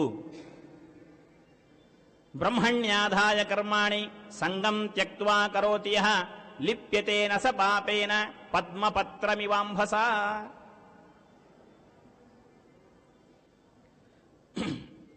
ಎಲ್ಲ ಕರ್ಮಗಳನ್ನು ಪರಮಾತ್ಮನಲ್ಲಿಯೇ ಸಮರ್ಪಣೆ ಮಾಡಿ ನೀನೇ ಮಾಡಿಸುವಂತಹ ಕರ್ಮಗಳು ಎಂಬುದಾಗಿ ಯಾರು ಸಮರ್ಪಣೆಯನ್ನು ಮಾಡ್ತಾರೆ ಆ ವ್ಯಕ್ತಿಗೆ ಅವನು ಮಾಡಿದಂತಹ ಕರ್ಮಗಳ ಲೇಪ ಸರ್ವಥಾ ಆಗೋದಿಲ್ಲ. ಹೇಗೆ ಅಂತಂದ್ರೆ ಪದ್ಮಪತ್ರಮಿವಾಂಭಸ, ಕಮಲದ ಎಲೆ ಇರುತ್ತೆ, ಅದು ನೀರಿನಲ್ಲೇ ಇರುತ್ತೆ, ದೇಟೆಲ್ಲ ಒಳಗೆ ಹೋಗಿರುತ್ತೆ, ಅದು ಮೇಲ್ಗಡೆ ಹೀಗಿರುತ್ತೆ, ಅದರ ಮೇಲೆ ಒಂದು ನೀರಿನ ಹನಿ ಬಿದ್ರೂ ಹಸಿಯೇ ಇರೋದಿಲ್ಲ, ಅದು ಕಂಟೋದೇ ಇಲ್ಲ. ಹೀಗಿರ್ತಾನೆ ಜೀವ. ಇಷ್ಟು ಅನುಸಂಧಾನವನ್ನು ಇಟ್ಟುಕೊಂಡು ಅವನು ಕರ್ಮವನ್ನು ಮಾಡಿದರೆ. ಟೀಕಾಕೃತ್ಪಾದರು ನ್ಯಾಯಸುಧೆಯಲ್ಲಿ ಒಂದು ಮಾತನ್ನು ಹೇಳ್ತಾರೆ. ಜೀವೇಶ್ವರವು ದ್ವಾವಪಿ ಶರೀರಮಧಿತಿಷ್ಠತಃ ತತ್ರ ಈಶ್ವರಃ ಅಂತಃಕರಣಂ ಸ್ಪಷ್ಟಂ ದೃಷ್ಟ್ವಾ ಬಾಹ್ಯಕರಣಾನ್ಯಧಿಷ್ಠಾಯ ಜ್ಞಾನೇಚ್ಛಾ ಪ್ರಯತ್ನ ರೂಪಾಃ ವೃತ್ತಿಃ ಸ್ವೇಚ್ಛಾಜ್ಞಾನ ಪ್ರಯತ್ನೈಃ ಸಂಪಾದ್ಯ ಘಟಾದ್ಯುತ್ಪಾದಯತಿ. ಜೀವಸ್ತು ತದತ್ತಸ್ವಾಮ್ಯ ಅವತಿಷ್ಠತೆ. ಜೀವನ ಕೆಲಸ ಏನು? ಎಲ್ಲ ಮಾಡೋದು ಪರಮಾತ್ಮನೇ. ದೇಹದಲ್ಲಿ ಇಬ್ಬರೂ ಕುಳಿತಿರ್ತಾರೆ, ಜೀವ ಈಶ ಇಬ್ಬರೂ ಇರ್ತಾರೆ.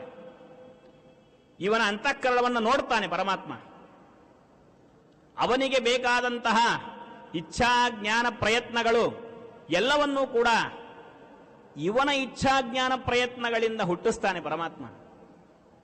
ಹುಟ್ಟಿಸಿ ಆ ಬಾಹ್ಯಕರಣಗಳನ್ನು ಕೂಡ, ಇಂದ್ರಿಯಗಳನ್ನು ಕೂಡ ಪ್ರೇರಣೆ ಮಾಡ್ತಾನೆ. ಪ್ರೇರಣೆ ಮಾಡ್ತಾ ಕೆಲಸವನ್ನು ಮಾಡಿಸ್ತಾ ಕೊನೆಗೆ ನೀನು ಮಾಡ್ತಾ ಇದೆಯಾ ಎನ್ನುವಂತಹ ಅನುಸಂಧಾನವನ್ನು ಕೊಟ್ಟು ಬಿಡ್ತಾನೆ. ತದ್ದತ್ತ ಸ್ವಾಮ್ಯ ಅವತಿಷ್ಠತೆ. ಇದನ್ನೇ ಜಗನ್ನಾಥದಾಸರು ಅನೇಕ ಪದ್ಯಗಳಿಂದ ವರ್ಣನೆ ಮಾಡ್ತಾರೆ. ದತ್ತ ಸ್ವಾತಂತ್ರ್ಯ ಸಂಧಿ ಅಂತ. ಪರಮಾತ್ಮನೇ ಮಾಡಿಸೋದು, ಅವನೇ ಸ್ವತಂತ್ರ. ಅವನೇ ಸ್ವತಂತ್ರ ಆದರೂ ಕೂಡ ನಾನು ಸ್ವತಂತ್ರ, ಅಹಂಗಚ್ಛಾಮಿ ಅಹಂಕರೋಮಿ, ಈ ರೀತಿಯಾದ ಅನುಸಂಧಾನವನ್ನು ಪರಮಾತ್ಮ ಕೊಡ್ತಾನಂತೆ. ಎಲ್ಲವನ್ನೂ, ಎಲ್ಲ ತರಹದ ಗುಣಧರ್ಮಗಳನ್ನು ಕೊಡೋದು ಪರಮಾತ್ಮನೇ. ಗೀತೆಯಲ್ಲಿ ಮುಂದೆ ಹೇಳ್ತಾನೆ ಪರಮಾತ್ಮ, ಬುದ್ಧಿರ್ ಜ್ಞಾನಂ ಅಸಮ್ಮೋಹ ಕ್ಷಮಾ ಸತ್ಯಂ ದಮಃಶಮಃ ಅಹಿಂಸಾ ಸಮತಾ ದುಷ್ಟಿಸ್ತಪೋ ದಾನಂ ಯಶೋ ಯಶಃ ಭವಂತಿ ಭಾವಾ ಭೂತಾನಾಂ ಮತ್ತ ಏವ ಪೃಥಕ್ ವಿಧಾಃ. ಈ ಎಲ್ಲಾ ಗುಣಗಳನ್ನು ಕೊಡೋದು ನಾನೇ, ನಿನ್ನ ಕಡೆ ಮಾಡಿಸೋದು ನಾನೇ, ಆದರೆ ಸ್ವಾತಂತ್ರ್ಯ ಭಾವನೆ ನಿನಗೆ ಕೊಡ್ತಾ ಇದ್ದೇನೆ. ಹೀಗೆ ಜ್ಞಾನವನ್ನ ಕರ್ಮಾಚರಣೆ ಮಾಡ್ತಾ ಜ್ಞಾನವನ್ನು ಪಡೆದ ಮೇಲೆ ಎಲ್ಲ ತರಹದ ಅಪ್ರಾರಬ್ಧ ಕರ್ಮಗಳೆಲ್ಲ ನಷ್ಟವಾಗಿ ತದಧಿಗಮ ಉತ್ತರ ಪೂರ್ವಾಹಯೋ ಅಶ್ಲೇಷ ವಿನಾಶೋ ತದ್ಗತಿ ದರ್ಶನ ತದ್ಯಥಾ ಇಶೀಕಾತೂಲಂ ಅಗ್ನೌ ಪ್ರೋತಂ ಪ್ರದೂಯತೆ ಏವಂ ಹೈವ ಸರ್ವೇ ಪಾಪ್ಮಾನಃ ಪ್ರದೂಯಂತೆ ಎಂಬುದಾಗಿ ಹೇಳಿದಂತೆ ಎಲ್ಲ ತರಹದ ಪಾಪಗಳು ನಷ್ಟವಾಗಿಬಿಡುತ್ತೆ ತತ್ವಜ್ಞಾನದಿಂದ. ಹಾಗಾಗಿ ಸನ್ಯಾಸನೂ ಬೇಕು, ಕರ್ಮಯೋಗನೂ ಬೇಕು, ಎರಡೂ ಜೊತೆಗೇನೇ ತಗೊಂಡು ಹೋಗಬೇಕು. ಕಾಯೇನ ಮನಸಾ ಬುದ್ಧ್ಯ ಕೇವಲೈರಿಂದ್ರಿಯೈರಪಿ. ದೇಹದಿಂದ ಕರ್ಮವನ್ನು ಮಾಡ್ತೇವೆ. ಸ್ನಾನ, ಉಪವಾಸ ಇತ್ಯಾದಿಗಳು ದೇಹದಿಂದ ಮಾಡುವಂತಹ ಕರ್ಮಗಳು. ಮನಸ್ಸಿನಿಂದ ಧ್ಯಾನ, ಜಪ ಇತ್ಯಾದಿಗಳನ್ನು ಮಾಡ್ತೇವೆ. ಬುದ್ಧಿಯಿಂದ ತತ್ವ ನಿಶ್ಚಯವನ್ನು ಮಾಡಿಕೊಳ್ತೇವೆ. ಇಂದ್ರಿಯಗಳಿಂದ ಶ್ರವಣ, ದರ್ಶನ, ಆಘ್ರಾಣನ, ಸ್ಪರ್ಶನ ಇವೆಲ್ಲವನ್ನು ಮಾಡ್ತೇವೆ. ಮನಸ್ಸಿನಿಂದ ಸಂಕಲ್ಪಿಸಿ, ಬುದ್ಧಿಯಿಂದ ನಿಶ್ಚಯಿಸಿಕೊಂಡು, ದೇಹದಿಂದ ಹಾಗೂ ಇಂದ್ರಿಯಗಳಿಂದ ಕರ್ಮಗಳನ್ನು ಆಚರಣೆ ಮಾಡ್ತಾ ಮಾಡ್ತಾ ಪರಮಾತ್ಮನ ಕರ್ತೃತ್ವಾನುಸಂಧಾನದಿಂದ ಇರುವಂತಹ ವ್ಯಕ್ತಿಗೆ ಸಂಗಂ ತ್ಯಕ್ತ್ವಾ ಆತ್ಮಶುದ್ಧಯೇ, ಎಲ್ಲ ತರಹದ ಸಂಘವೇ ಅವನಿಗೆ ಹೋಗತ್ತೆ. ಆದ್ದರಿಂದ ಎರಡನ್ನೂ ಕೂಡ, ಯಾರು ಎರಡನ್ನೂ ಜೊತೆಗೆ ಆಚರಣೆ ಮಾಡ್ತಾರೆ, ಶಾಂತಿ ಮಾಪ್ನೋತಿ ನೈಷ್ಠಿಕೀಂ. ಯಾರು ನಾನು ಕರ್ಮದ ಮೇಲೆ, ಅದರಿಂದ ಬರುವಂತಹ ಫಲದ ಮೇಲೆ ಆಸೆಯನ್ನು ಬಿಡ್ತೇನೆ, ಯಾವ ಕರ್ಮವನ್ನು ಮಾಡೋದಿಲ್ಲ ಅಂತ ಸುಮ್ಮನೆ ಕೊಡ್ತಾನೆ, ಅವನು ಅದೇ ಸಂಸಾರದಲ್ಲೇ ಓಡಾಡ್ತಾ ಇರ್ತಾನೆ. ಹಾಗಾಗಿ ಸರ್ವಕರ್ಮಾಣಿ ಮನಸ ಸನ್ಯಸ್ಯಾಸ್ತೆ ಸುಖಂ ವಶಿ ನವದ್ವಾರೆ ಪುರೇ ದೇಹಿ ನೈವ ಕುರ್ವನ್ ನ ಕಾರಯನ್. 4 ನೇ 3 ಅಂಶಗಳನ್ನು ಹೇಳ್ತಾರೆ ಒಟ್ಟಾರೆ. ಸನ್ಯಾಸ, ಕರ್ಮ ಸನ್ಯಾಸ ಅಂತಂದ್ರೆ ಈಗ 2 ಅಂಶಗಳು ಬಂದು ಹೋಗಿದೆ. ಏನೇನು ಅಂತಂದ್ರೆ, ಒಂದು ಕಾಮಕ್ರೋಧಾದಿಗಳಿರಬಾರದು, ಆ ಫಲದ ಮೇಲೆ ಕಾಮಕ್ರೋಧಾದಿಗಳಿರಬಾರದು, ಇದು ಮೊದಲನೇದು. ನಾನು ಮಾಡ್ತೇನೆ ಎನ್ನುವಂತಹ ಕರ್ತೃತ್ವಾನುಸಂಧಾನ ಇರಬಾರದು. ಜೊತೆಗೆ ನಾನು ಮತ್ತೊಬ್ಬರ ಕಡೆ ಮಾಡಿಸ್ತಾ ಇದ್ದೇನೆ ಎನ್ನುವಂತಹ ಅನುಸಂಧಾನವೂ ಇರಬಾರದು. ಅಲ್ಲೂ ಪರಮಾತ್ಮ ಇದ್ದಾನೆ. ಕರ್ತೃತ್ವಾನುಸಂಧಾನದ ಜೊತೆಗೆ ಕಾರಯಿತೃತ್ವಾನುಸಂಧಾನ ಅದನ್ನೂ ಇರಬಾರದು ಅಂತ. ಈ 3 ಅಂಶಗಳು ಸೇರಿದಾಗ ಮಾತ್ರ ಅದನ್ನು ಕರ್ಮ ಸನ್ಯಾಸ, ಆ ಸನ್ಯಾಸ ನಿಜವಾಗಿ ಯೋಗವಾಗಿ ಪರಿಣಾಮವಾಗತ್ತೆ. ಸನ್ಯಾಸ ಯೋಗ ಅಂತ ಕರೀತಾರೆ. 3 ಅಂಶಗಳು ಸೇರಬೇಕು. ಈ ದೇಹ ನವದ್ವಾರೇ ಪುರೇ ದೇಹಿ ನೈವ ಕುರುವನ್ ನಕಾರಯನ್. ತುಂಬಿದ ಪಟ್ಟಣಕ್ಕೆ 9 ಬಾಗಿಲು, ಸಂಭ್ರಮದ ಅರಸರು 5 ಮಂದಿ. ಈ ನವದ್ವಾರಯುಕ್ತವಾದಂತಹ ದೇಹ, ಇದರಲ್ಲಿ ಸಂಭ್ರಮದ ಅರಸರು ಅಂದ್ರೆ ಏನದು? ರಾಜರು ಮೆರಿತಾರೆ. 5 ಜನ ಇಂದ್ರಿಯಗಳು, 5 ಇಂದ್ರಿಯಗಳು, ಪಂಚ ಜ್ಞಾನೇಂದ್ರಿಯಗಳು, ಪಂಚ ಕರ್ಮೇಂದ್ರಿಯಗಳು, ಬೇಡದೇ ಇರುವಂತಹ ವಿಷಯಗಳನ್ನೆಲ್ಲ ತಗೊಂಡು ಬರ್ತಾರೆ. ಅಷ್ಟು ಚೆನ್ನಾಗಿ ಮೆರೀತಾರೆ. ಈ ಇಂದ್ರಿಯಗಳನ್ನ, ಈ ಮನಸ್ಸನ್ನ ನಿಗ್ರಹ ಮಾಡಿದಾಗ ಪರಮಾತ್ಮನೇ ಮಾಡಿಸುವವನು, ನನ್ನ ಕಡೆಯಿಂದ ಮತ್ತೊಬ್ಬರ ಕಡೆಯಿಂದ ಪರಮಾತ್ಮನೇ ಮಾಡಿಸುವವನು ಎನ್ನುವಂತಹ ಅನುಸಂಧಾನವನ್ನು ಇಟ್ಟುಕೊಂಡಾಗ ಇದು ನಿಜವಾದ ಕರ್ಮಯೋಗ ಅನ್ಸತ್ತೆ ಎನ್ನುವಂತಹ 3 ಅಂಶಗಳನ್ನ ತಿಳಿಸಿ, ಅಲ್ಲ ಇದು ಅರ್ಜುನ ಅಂದ, ಏನು ಒಂಥರ ಮಿಥ್ಯಾಜ್ಞಾನ ಆಯ್ತಲ್ಲ ಇದು. ಯಾಕೆ? ಕರ್ಮ ಮಾಡುವನ್ನಾನೆ, ಆದರೆ ನಾನು ಕರ್ಮವನ್ನು ಮಾಡೋದಿಲ್ಲ ಅಂತ ಅನುಸಂಧಾನ ಇರಬೇಕು. ಇನ್ನೊಬ್ಬರಿಗೆ ಹೇಳಿ ಕರ್ಮವನ್ನು ಮಾಡಿಸ್ತೇನೆ, ಆದರೆ ಅವನ ಹತ್ತಿರ ನಾನು ಕರ್ಮವನ್ನು ಮಾಡಿಸಲಿಲ್ಲ ಅಂತೇ ಮನಸ್ಸಿನಲ್ಲಿ ಇರಬೇಕು. ಇದು ಹೇಗೆ ಸಾಧ್ಯ? ಇದರಿಗೆ ಒಂದು ಪದಾರ್ಥ ಕಾಣಿಸುತ್ತೆ. ಈ ಶಾಸ್ತ್ರದಲ್ಲಿ ಹೇಳುವಂಥದ್ದುಂಟು. ನದಿಗೆ, ಸಮುದ್ರ ದಂಡಿಗೆ ಹೋದಾಗ ಒಂದು ಕಪ್ಪೆ ಚಿಪ್ಪನ್ನು ನೋಡ್ತೇವೆ. ಕಪ್ಪೆ ಚಿಪ್ಪನ್ನು ನೋಡಿದಾಗ ಒಂದು ಸ್ವಲ್ಪ ಹೊಳಪಿರುತ್ತೆ, ಅದರಲ್ಲಿ ಬೆಳ್ಳಿ ಅಂತ ಅನ್ಕೊಳ್ತೇವೆ. ಅಥವಾ ಒಂದು ಹಗ್ಗ ಇರುತ್ತೆ, ಆ ಹಗ್ಗವನ್ನು ನಾವು ದೂರದಿಂದ ನೋಡ್ತೇವೆ, ಅದನ್ನ ಹಾವು ಅಂತ ತಿಳಿತೇವೆ. ಇದು ಭ್ರಮ, ಐತಾರ್ಥ ಜ್ಞಾನ ಅಂತ ಕರಿತೇವೆ. ಆ ತರಹ ಆಯ್ತಲ್ಲ ಇದು ಅಂತ. ಯಾಕೆ? ಕರ್ಮವನ್ನು ಮಾಡ್ತಾ ಇರೋವನೇ ನಾನು, ಆದ್ರೆ ನಾನು ಮಾಡ್ತಾ ಇಲ್ಲ ಅಂತ ತಿಳಿಯಬೇಕು. ಮತ್ತೊಬ್ಬರ ಕಡೆ ಮಾಡಿಸ್ತಾ ಇರೋದು ನಾನು, ಆದ್ರೆ ಮಾಡಿಸ್ತಾ ಇಲ್ಲ ಅಂತ ತಿಳಿಯಬೇಕು. ಇದು ಹೇಗೆ ಸಾಧ್ಯ? ಇದು ಭ್ರಮಾತ್ಮಕ ಜ್ಞಾನ. ಇದು ನನಗೆ ನೀನು ಉಪದೇಶ ಮಾಡ್ತಾ ಇದ್ದಿ, ನೀನು ಸರ್ವೋತ್ತಮನಾದ ಪರಮಾತ್ಮ, ಈ ತರಹ ಉಪದೇಶ ಮಾಡಬೇಕಾ ಅಂತಂದ್ರೆ ಸರ್ವಥಾ ಭ್ರಮ ಅಲ್ಲ. ನೀನು ಮಾಡಿದ್ರು ಮಾಡ್ತಾ ಇಲ್ಲ ಅಂದ್ರೆ ಏನರ್ಥ? ನಾನು ಹಿಂದೆ ಹೇಳಿದ್ದೇನೆ ಅದರ ಬಗ್ಗೆ. ನೀನು ಮಾಡಿದ್ರು ಸ್ವತಂತ್ರವಾಗಿ ಮಾಡ್ತಾ ಇಲ್ಲ, ನೀನು ಮತ್ತೊಬ್ಬರ ಕಡೆ ಮಾಡಿಸಿದರೂ ಸ್ವತಂತ್ರವಾಗಿ ಮಾಡಿಸ್ತಾ ಇಲ್ಲ ಎನ್ನುವಂತಹ ಅನುಸಂಧಾನ ಇರಬೇಕು. ನ ಕರ್ತೃತ್ವಂ ನ ಕರ್ಮಾಣಿ ಲೋಕಸ್ಯ ಸೃಜತಿ ಪ್ರಭು ನ ಕರ್ಮಫಲ ಸಂಯೋಗಂ ಸ್ವಭಾವಸ್ತು ಪ್ರವರ್ತತೆ. ಆ ಸ್ವಭಾವನಾದ ಪರಮಾತ್ಮ ಏನಿದ್ದಾನೆ ಅವನದ್ದೇ ಆಟ ನಡೆಯುವುದು. ಬೇರೆ ಯಾರು, ನೀನು ಅವರ ಜೊತೆ ಅವರ ಕಡೆಯಿಂದ ಕೆಲಸವನ್ನು ಮಾಡಿಸುವವನಲ್ಲ, ನೀನು ಸ್ವತಂತ್ರವಾಗಿ ಮಾಡುವವನಲ್ಲ. ಹಾಗಾಗಿ ಅಂತಹ ಆ ಕರ್ತೃತ್ವಾನುಸಂಧಾನ, ಕಾರಯಿತೃತ್ವಾನುಸಂಧಾನ ಯಾವುದನ್ನೂ ಇಟ್ಟುಕೊಳ್ಳಬೇಡ ಅಂತ. ನೀನು ಅವನ ಕಡೆಯಿಂದ ಕರ್ಮವನ್ನು ಮಾಡಿಸಿದಾಗ ಅವನಿಗೆ ಫಲವನ್ನು ಕೊಡುವ ನೀನಲ್ಲ.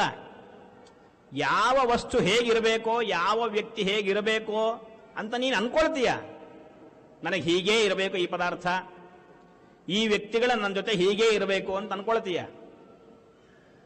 ಆದರೆ ಅವರಿರೋದಿಲ್ಲ. ನನ್ನ ಹೆಂಡತಿ ಹೀಗೇ ಇರಬೇಕು, ನನಗೆ ಅನುಕೂಲವಾಗೇ ಇರಬೇಕು. ಆದರೆ ಇರ್ಲಿಕ್ಕೆ ಸಾಧ್ಯವಾ? ಇದ್ರೆ ಹೆಂಡತಿ ಆಗ್ತಾಳ? ಮಕ್ಕಳು ಹಾಗೆ, ಬೇರೆ ಪದಾರ್ಥಗಳು ಹಾಗೆ. ಕಮಪಿ ಸಕಲ ಹೃದಯಂ ಕಲ್ಪಯೇನ್ ನೈವ ದೈವಂ. ಎಲ್ಲ ಪದಾರ್ಥಗಳು ನಿನಗೆ ಪ್ರಿಯವಾದದ್ದೇ ಸಿಗತ್ತೆ ಅಂತನ್ನೋದು ಪರಮಾತ್ಮನ ಪ್ರಪಂಚದಲ್ಲಿ ರೂಲೇ ಇಲ್ಲ. ಅದು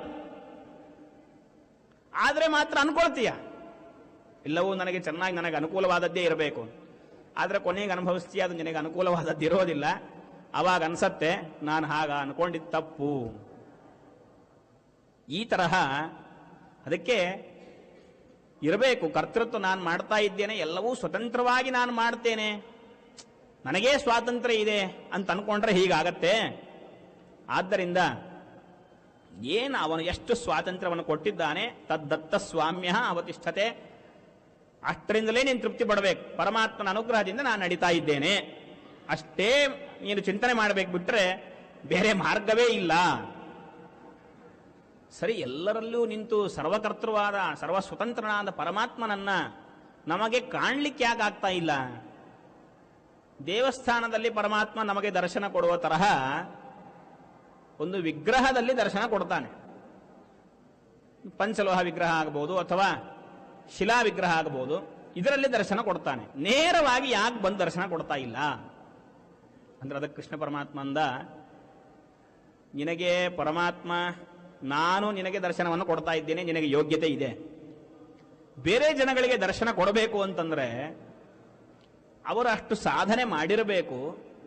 ಅವರ ಸ್ವರೂಪ ಏನಿದೆ ಅದು ಮುಚ್ಚಿ ಹೋಗಿದೆ ಅಜ್ಞಾನದಿಂದ.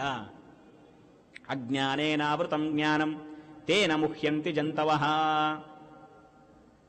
ಆ ಅಜ್ಞಾನ ಅವರ ಸ್ವರೂಪವನ್ನು ಮುಚ್ಚಿ ಹಾಕಿದೆ. ಹಾಗಾಗಿ ಅವರಿಗೆ ನನ್ನ ದರ್ಶನವಾಗ್ತಾ ಇಲ್ಲ. ಸರಿ, ಅಜ್ಞಾನ ಇದು ಅನಾದಿ. ಅನಾದಿ ಕಾಲದಿಂದ ಜೀವಸ್ವರೂಪವನ್ನ ಮುಚ್ಚಿ ಹಾಕಿದೆ ಅಜ್ಞಾನ. ನೀನು ಎಷ್ಟು ಪಾಠಗಳನ್ನು ಹೇಳಿದ್ರು, ಎಷ್ಟು ಪ್ರವಚನೆ ಮಾಡಿದ್ರು ಜ್ಞಾನ ಹುಟ್ಟೋದೇ ಇಲ್ಲ, ಅಜ್ಞಾನ ಹೋಗೋದೇ ಇಲ್ಲ. ಅನಾದಿ ಕಾಲದಿಂದ ಇದ್ದದ್ದು ಹೇಗೆ ಹೋಗ್ಲಿಕ್ಕೆ ಸಾಧ್ಯ? ಅನಾದಿ ಕಾಲದ ಅಜ್ಞಾನ ಹೋಗೋದೇ ಇಲ್ಲ ಅಂತಂದ್ಮೇಲೆ ಈ ಕರ್ಮಯೋಗ, ಈ ಸನ್ಯಾಸ, ಇವುಗಳೆಲ್ಲ ಯಾಕೆ ಬೇಕು ಅಂತ ಕೇಳದ ಅರ್ಜುನ. ಅದಕ್ಕೆ ಹಾಗಲ್ಲ, ಅಜ್ಞಾನ ಇರುತ್ತೆ. ಅನಾದಿ ಕಾಲದಿಂದ ಜೀವಸ್ವರೂಪವನ್ನು ಆವರಿಸಿಕೊಂಡು ಅಜ್ಞಾನ ಇದೆ. ಆದರೆ ನಾನು ಅದನ್ನು ಜ್ಞಾನದಿಂದ ಹೋಗಲ್ಲ ಅಂತ ಹೇಳಿದ್ನ? ಹೋಗೇ ಹೋಗತ್ತೆ. ಜ್ಞಾನಗಳು ಎರಡು ತರಹ ಇದೆ. ಒಂದು ಸ್ವರೂಪ ಜ್ಞಾನ, ಮತ್ತೊಂದು ವೃತ್ತಿಜ್ಞಾನ ಅಂತ. ಜೀವ ಸ್ವರೂಪ ಜ್ಞಾನ ಏನಿದೆ ಅದರಲ್ಲಿ ಎಲ್ಲವೂ ಇದೆ. ಪರಮಾತ್ಮನ ಬಗ್ಗೆ ಯಥಾರ್ಥ ಜ್ಞಾನ, ತನ್ನ ಬಗ್ಗೆ ಯಥಾರ್ಥ ಜ್ಞಾನ, ಇದೆಲ್ಲವೂ ಜೀವನ ಸ್ವರೂಪ ಜ್ಞಾನದಲ್ಲಿದೆ. ಆದರೆ ಅದು ಈಗ ಅಜ್ಞಾನದಿಂದ ಮುಚ್ಚಿ ಹೋಗಿದ್ದರಿಂದ ಮತ್ತೊಂದು ಜ್ಞಾನ ಏನಿದೆ ನೋಡಿ, ವೃತ್ತಿಜ್ಞಾನ. ಆ ವೃತ್ತಿಜ್ಞಾನದಿಂದ ಈ ಅಜ್ಞಾನವನ್ನು ನಾವು ತೆಗೆಯಬೇಕು. ವೃತ್ತಿಜ್ಞಾನ ಅಂದ್ರೆ ಏನು? ವೃತ್ತಿಜ್ಞಾನ ಅಂತಂದ್ರೆ ಅದರಲ್ಲೂ ಮತ್ತೆ ಪರೋಕ್ಷ ಜ್ಞಾನ, ಅಪರೋಕ್ಷ ಜ್ಞಾನ ಅಂತ ಎರಡು ತರಹ. ನಾವು ಪ್ರತ್ಯಕ್ಷವಾಗಿ ನೋಡಿದಾಗ ಏನು ನಮಗೆ ಜ್ಞಾನ ಆಗತ್ತೆ, ಅದು ಅಪರೋಕ್ಷ ಜ್ಞಾನ. ಪಾಠವನ್ನು ಕೇಳ್ತೇವೆ, ಪ್ರವಚನವನ್ನು ಕೇಳ್ತೇವೆ, ಅನೇಕ ಕಡೆ ಯಾರಾದರೂ ಹೇಳಿದ ಮಾತುಗಳನ್ನು ಕೇಳ್ತೇವೆ. ಈ ಕೇಳಿದಾಗ ಏನು ಜ್ಞಾನ ಬರುತ್ತೆ ನೋಡಿ, ಇದನ್ನೇ ವೃತ್ತಿಜ್ಞಾನ ಅಂತ ಕರೀತಾರೆ. ಇದನ್ನು ಮೇಲಿಂದ ಮೇಲೆ ನಾವು ಕೇಳ್ತಾ ಕೇಳ್ತಾ ಜ್ಞಾನವನ್ನು ಸಂಪಾದನೆ ಮಾಡ್ತಾ, ಈ ಜ್ಞಾನದಿಂದ ಅದೇನು ನಮಗೆ ಅನಾದಿ ಕಾಲದಿಂದ ಆ ಜೀವನ ಸ್ವರೂಪ, ಆ ಸ್ವರೂಪ ಜ್ಞಾನ ಏನು ಅಜ್ಞಾನದಿಂದ ಮುಚ್ಚಿ ಹೋಗಿತ್ತೋ ಆ ಅಜ್ಞಾನವನ್ನ ಈ ತತ್ವಜ್ಞಾನ ಬಂದು ತೆಗೆಯತ್ತೆ. ಆವಾಗ ನಾನು ಕಾಣಿಸಿಕೊಳ್ತೇನೆ. ಸ್ವಲ್ಪ ಇದು ಅಸಾಧ್ಯ ಅಂತ ಅನಿಸ್ತು. ಯಾಕೆ? ಅನಾದಿ ಕಾಲದಿಂದ ಇರುವಂತಹ ಅಜ್ಞಾನ, ಆ ಅಜ್ಞಾನ ಇವಾಗ ನಾನು ಪಾಠವನ್ನು ಕೇಳದೆ, ಇವಾಗ ನಾನು ಪ್ರವಚನವನ್ನು ಕೇಳದೆ ನನಗೆ ಜ್ಞಾನ ಬಂತು. ಈಗ ಹುಟ್ಟಿದಂತಹ ಜ್ಞಾನದಿಂದ, ಅನಾದಿ ಕಾಲದಿಂದ ಇರುವಂತಹ ಅಜ್ಞಾನ ಹೇಗೆ ನಾಶವಾಗತ್ತೆ? ಅದಕ್ಕೆ ಶ್ರೀಮಠ್ ಟೀಕಾಕೃತ್ಪಾದರು ನ್ಯಾಯಸುಧೆಯಲ್ಲಿ ಉತ್ತರವನ್ನು ಕೊಡ್ತಾರೆ. ವೃತ್ತಿಜ್ಞಾನ ಅಂದ್ರೆ ಈಗೇನು ನಾವು ಪಾಠ ಪ್ರವಚನಗಳಿಂದ ನಮಗೇನು ಜ್ಞಾನ ಹುಟ್ಟಿದೆ, ಈ ಜ್ಞಾನದ ಜೊತೆಗೆ ಸಹಕಾರಿಯಾಗಿ ಜೀವನ ಸ್ವರೂಪ ಜ್ಞಾನವೂ ಸೇರಿಕೊಳ್ಳುತ್ತೆ. ನಾವು ಒಬ್ಬರೇ ಒಂದು ಕೆಲಸವನ್ನು, ಒಂದು ಯಾವುದೋ ಒಂದು ದೊಡ್ಡ ಪದಾರ್ಥ ಇದೆ, ದೊಡ್ಡ ಪಾತ್ರೆ ಯಾವುದೋ ಇರುತ್ತೆ. ಆ ಪಾತ್ರೆಯನ್ನ ನಮಗೊಬ್ಬರಿಗೆ ಎತ್ತಕ್ಕಾಗೋದಿಲ್ಲ, ಇನ್ನೊಬ್ಬರು ಬಂದ್ರೆ ಎತ್ತುತ್ತೇವೆ. ಹಾಗೆ ಈಗ ತಾನೇ ಹುಟ್ಟಿರುವಂತಹ ಜ್ಞಾನದಿಂದ ಆ ಅಜ್ಞಾನ ಅನಾದಿ ಕಾಲದಿಂದ ಏನು ಅನಾದಿ ಕಾಲದಿಂದ ಬೇರೂರಿದಂತಹ ಅಜ್ಞಾನ ಈಗ ತಾನೇ ಹುಟ್ಟಿರುವಂತಹ ಜ್ಞಾನದಿಂದ ನಾಶವಾಗದೇ ಇರಬಹುದು. ಆದರೆ ಅದಕ್ಕೆ ಮತ್ತೊಂದು ಸಹಕಾರಿ ಸೇರಿದಾಗ ಅದಕ್ಕೊಂದು ಬಲ ಬರುತ್ತೆ. ಜೀವ ಸ್ವರೂಪ ಜ್ಞಾನ ಎನ್ನುವಂತಹ ಸಹಕಾರಿ ಸೇರಿದಾಗ ಒಂದು ಬಲ ಬರುತ್ತೆ. ಅದರ ಮೇಲೆ ಸರ್ವತೋಪಿ ಬಲೀಯಾನ್ ಈಶ್ವರಾನುಗ್ರಹ, ಆ ಚೇತನನ ಸ್ವಭಾವ ಹೇಗಿದೆ ನೋಡ್ತಾನೆ ಪರಮಾತ್ಮ. ಯೋಗ್ಯವಾದ ಸ್ವಭಾವವೋ ನಾನು ಅನುಗ್ರಹವನ್ನು ಮಾಡ್ತೇನೆ ಅಂತಂತಾನೆ. ಇನ್ನೇನು ಬೇಕು? ಪರಮಾತ್ಮನೇ ಅನುಗ್ರಹ ಮಾಡಿದ ಮೇಲೆ ಈಗ ತಾನೇ ಹುಟ್ಟಿರುವಂತಹ ಪಾಠ ಪ್ರವಚನಗಳಿಂದ ಹುಟ್ಟಿರುವಂತಹ ಜ್ಞಾನದ ಜೊತೆಗೆ ಸಹಕಾರಿಯಾಗಿ ಜೀವನ ಸ್ವರೂಪ ಜ್ಞಾನವಿದೆ, ಸರ್ವೋತ್ಕೃಷ್ಟವಾದ ಪರಮಾತ್ಮನ ಅನುಗ್ರಹವಿದೆ. ಇವೆರಡೂ ಸೇರಿದಾಗ ಸಮೂಲ ಕಾಶಂ ಕಶತಿ, ಆ ಬೇರೂರಿದಂತಹ ಅನಾದಿ ಕಾಲದಿಂದ ಇರುವಂತಹ ಅಜ್ಞಾನ ಪೂರ್ತಿಯಾಗಿ ಹೋಗುತ್ತೆ, ಜೀವನ ಸ್ವರೂಪ ಅಭಿವ್ಯಕ್ತವಾಗತ್ತೆ, ಪರಮಾತ್ಮನ ದರ್ಶನವಾಗತ್ತೆ. ಇಷ್ಟಿದೆ ಅಂತಂದ ಪರಮಾತ್ಮ. ಅದಕ್ಕೆ ಎಲ್ಲರಿಗೂ ದರ್ಶನವನ್ನು ಕೊಡ್ತಾ ಇಲ್ಲ. ಹಾಗಾಗಿ ಸರಿ, ಹಾಗಾದ್ರೆ ಆ ಅಪರೋಕ್ಷ ಜ್ಞಾನವನ್ನು ನಾವು ಪಡೆಯಬೇಕು ಅಂದ್ರೆ ಏನ್ ಮಾಡಬೇಕು? ತದ್ಬುದ್ಧಯ ತದಾತ್ಮಾನಃ ತನ್ನಿಷ್ಠಾಃ ತತ್ಪರಾಯಣಾಃ. ಯಾವಾಗಲೂ ಪರಮಾತ್ಮನಲ್ಲಿಯೇ ಆಸಕ್ತರಾಗಿರಬೇಕು, ಭಗವಂತನ ಲೀಲೆಗಳನ್ನು ಕೇಳ್ತಾ ಇರಬೇಕು. ತದಾತ್ಮಾನಃ, ಅವನೇ ನನಗೆ ಸ್ವಾಮಿ ಎನ್ನುವಂತಹ ಭಾವನೆ ಇಟ್ಟುಕೊಂಡಿರಬೇಕು. ಅದು ಸಾಧ್ಯವಾಗ್ತಾ ಇಲ್ಲೋ ಪರಮಾತ್ಮ, ನನ್ನ ಮನಸ್ಸು ಬೇರೆ ಕಡೆ ಹೋಗ್ತಾ ಇದೆ. ಪೂಜೆಗಂತೆ ಕೂತಿರ್ತೇವೆ, ಸಂಧ್ಯಾ ವಂದನೆ ಮಾಡಕ್ಕಂತೆ ಕೂತಿರ್ತೇವೆ, ಜಪನೇ ಮಾಡ್ತಾ ಇರ್ತೇವೆ, ಆದರೆ ಮನಸ್ಸು ಮಾತ್ರ ಎಲ್ಲ ಕಡೆ ಹೋಗಿ ಬರ್ತಾ ಇರುತ್ತೆ. ಇದನ್ನ ನಿಗ್ರಹ ಮಾಡ್ಲಿಕ್ಕೆ ಆಗ್ತಾ ಇಲ್ಲ. ಅದಕ್ಕೆ ಅಂದ್ರೆ ತನ್ನಿಷ್ಠಾಹ, ಪ್ರಯತ್ನಪೂರ್ವಕವಾಗಿ ನಾವು ಮನಸ್ಸನ್ನ ಕೇಂದ್ರೀಕರಿಸಬೇಕು. ಅದನ್ನೇ ಏಕಾಗ್ರತೆ ಅಂತ ಕರೀತಾರೆ. ಸರಿ, ಅನೇಕ ಸಲ ಮಾಡಿದೆ, ಯಾವುದೋ ಒಂದು ಆಪತ್ತು ಬಂತು. ನಾನು ಎಷ್ಟು ನಿನ್ನನ್ನ ಭಜಿಸಿದರೂ, ಎಷ್ಟು ನಿನ್ನನ್ನು ಆರಾಧಿಸಿದರೂ, ಪೂಜಿಸಿದರೂ ನನಗೆ ಕಷ್ಟ ಪರಿಹಾರ ಆಗ್ತಾ ಇಲ್ಲ. ಇದೊಂದು ಸಲ ನಾನು ನಿನ್ನನ್ನ ಭಜನೆ ಮಾಡೋದಿಲ್ಲ, ನಿನ್ನ ಪೂಜೆಯನ್ನು ಬಿಟ್ಟು ಬಿಡ್ತೇನೆ. ಅದೊಂದು ಪ್ರಸಂಗ ಬರುತ್ತೆ ಮನುಷ್ಯನಿಗೆ. ಅಂತಹ ಪ್ರಸಂಗಗಳನ್ನು ಬಂದಾಗ ನಾನು ದೇವಸ್ಥಾನಕ್ಕೆ ಬರೋದೇ ಇಲ್ಲ, ನರಸಿಂಹದೇವರ ದೇವಸ್ಥಾನಕ್ಕೆ ಬರೋದಿಲ್ಲ. ಸದ್ಯ ಈ ದೇವಸ್ಥಾನ ಬಿಟ್ಟು ಬೇರೆ ದೇವಸ್ಥಾನಕ್ಕೆ ಹೋಗ್ತೇನೆ ಅಂದ್ರೆ ಸಂತೋಷವೇ, ಆದರೆ ದೇವಸ್ಥಾನಕ್ಕೆ ಹೋಗೋದಿಲ್ಲ. ಬೇರೆ ಯಾರನ್ನೋ ಕೇಳಿ ನನ್ನ ಕಷ್ಟವನ್ನು ಪರಿಹಾರ ಮಾಡಿಕೊಳ್ತೇನೆ. ನರಾನ್ ಸ್ತುತ್ವ ನೀಚಾನ್ ಉದರಭರಣಾಸಕ್ತ ಹೃದಯ, ಸತ್ಯಸಂಧ ತೀರ್ಥರು ಸ್ತೋತ್ರ ಮಾಡ್ತಾರೆ. ಆ ತರಹ ನೀಚ ಜನರನ್ನ ಸ್ತೋತ್ರ ಮಾಡಿ ಹಣ ಗಳಿಸಿ ಅಥವಾ ಏನೋ ಪಡ್ಕೊಂಡು ನನ್ನ ಆಪತ್ತುಗಳನ್ನು ಪರಿಹಾರ ಮಾಡಿಕೊಳ್ತೇನೆ ಅನ್ನುವಂತಹ ಒಂದು ಸ್ಟೇಜ್ ಬಂದಾಗ ಏನ್ ಮಾಡಬೇಕು? ಅದಕ್ಕೆ ಅದನ್ನ ನಿಷ್ಠೆ ಅಂತ ಕರೆಯೋದೇ ಇಲ್ಲ. ತನ್ನಿಷ್ಠಾಹ, ಕೇವಲ ಪರಮಾತ್ಮನಿಂದಲೇನೆ ಎಲ್ಲ ಕಷ್ಟಗಳ ಪರಿಹಾರ ಆಗುವುದು. ಸರಿ, ಸಂಕಟ ಪರಿಹಾರ ಆಯಿತು, ಆಮೇಲೆ ಭಜನೆ ಬಿಡ್ತೇನೆ ಅಲ್ಲ.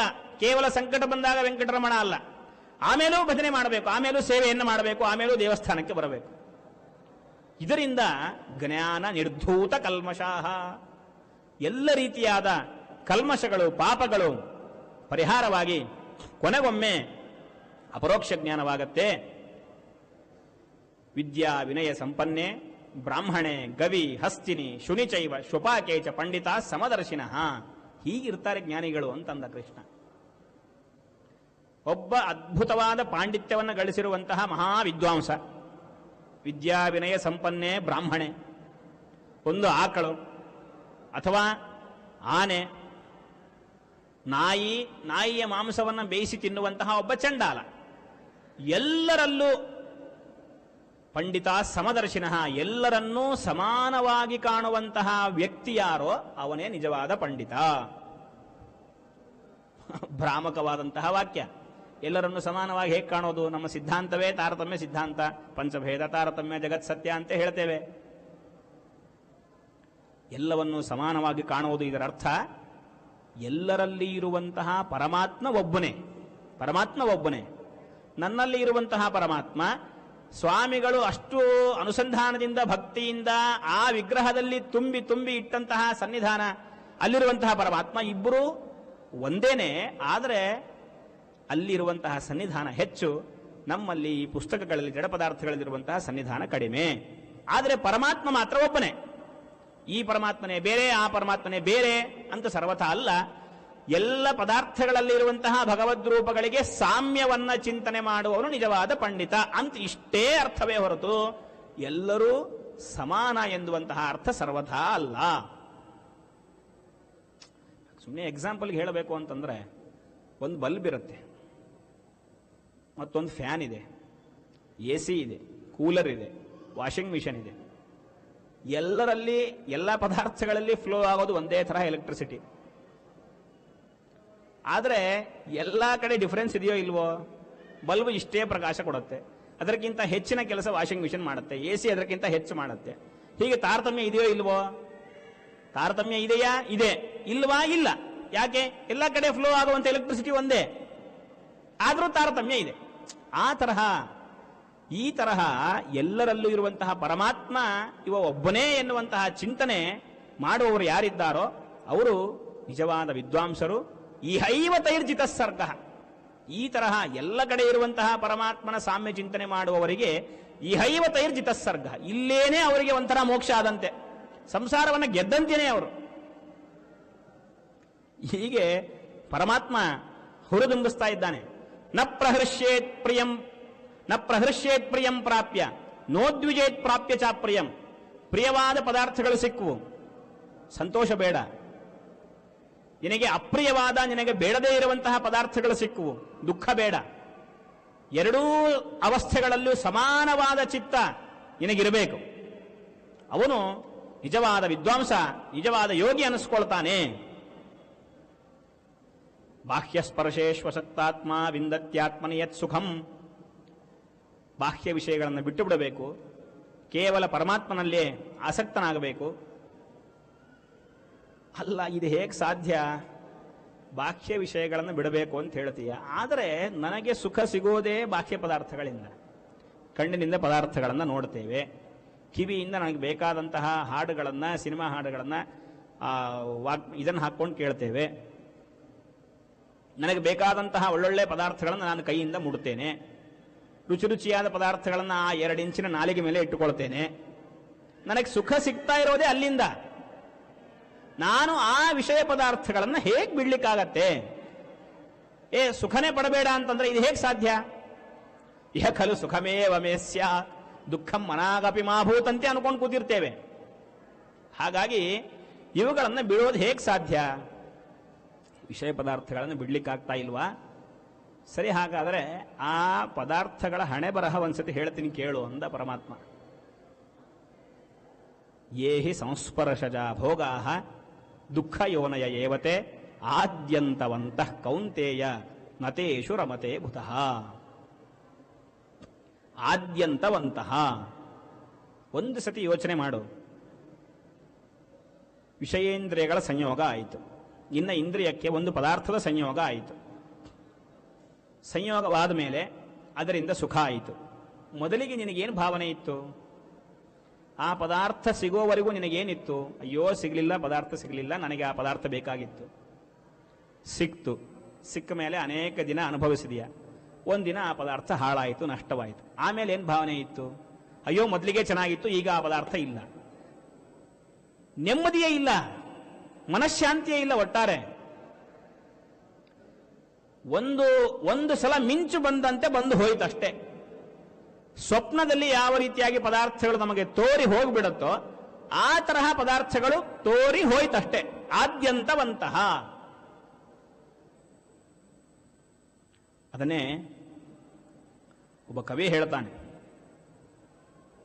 ಭೋಗೇ ಭರ್ತೃಹರಿ ಭೋಗೇ ರೋಗ ಭಯಂ ಕುಲೇ ಚ್ಯುತಿ ಭಯಂ ವಿತ್ತೇ ನೃಪಾಲಾತ್ ಭಯಂ ಮಾನೇ ದೈನ್ಯ ಭಯಂ ಬಲೇ ರಿಪು ಭಯಂ ರೂಪೇ ಜರಾಯಾ ಭಯಂ ಶಾಸ್ತ್ರೇ ವಾದಿ ಭಯಂ ಗುಣೇ ಖಲ ಭಯಂ ಕಾಯೇ ಕೃತಾಂತಾತ್ ಭಯಂ ಸರ್ವಂ ವಸ್ತು ಭಯಾನ್ವಿತಂ ಭುವಿ ನೃಣಾಂ ವೈರಾಗ್ಯಮೇವಾ ಭಯಂ. ಭೋಗವನ್ನು ಮಾಡ್ತೇನೆ, ಅನೇಕ ವಿಧವಾದ ಪದಾರ್ಥಗಳನ್ನು ತಿಂತಾ ಇರ್ತೇನೆ, ಏನಾದರೂ ಮಾಡ್ತೇನೆ. ರೋಗ ಭಯಂ, ಒಳ್ಳೆ ಕುಲ ಇದೆ ಅಂತ ಅಹಂಕಾರ ಪಟ್ಟಿಯ. ಅದೇ ಕುಲದಲ್ಲಿ ಧರ್ಮೇ, ಕೃಷ್ಣ ಹೇಳ್ದ ಮೊದಲನೇ ಅಧ್ಯಾಯದಲ್ಲಿ, ಧರ್ಮೇ ನಷ್ಟೇ ಕುಲಂ ಕೃತ್ಸ್ನಂ ಅಧರ್ಮೋಭಿಭವತ್ಯುತ ಅಧರ್ಮಾಭಿಭವಾತ್ ಕೃಷ್ಣ ಪ್ರದುಷ್ಯಂತಿ ಕುಲಸ್ತ್ರೀಯ. ಒಳ್ಳೆ ಕುಲ ಆಗಿರಬಹುದು, ಆದರೆ ಕುಲಸ್ತ್ರೀಯರಿಗೆ ಅವರ ಮಾನಕ್ಕೆ ಹಾನಿ ಬರಬಹುದು.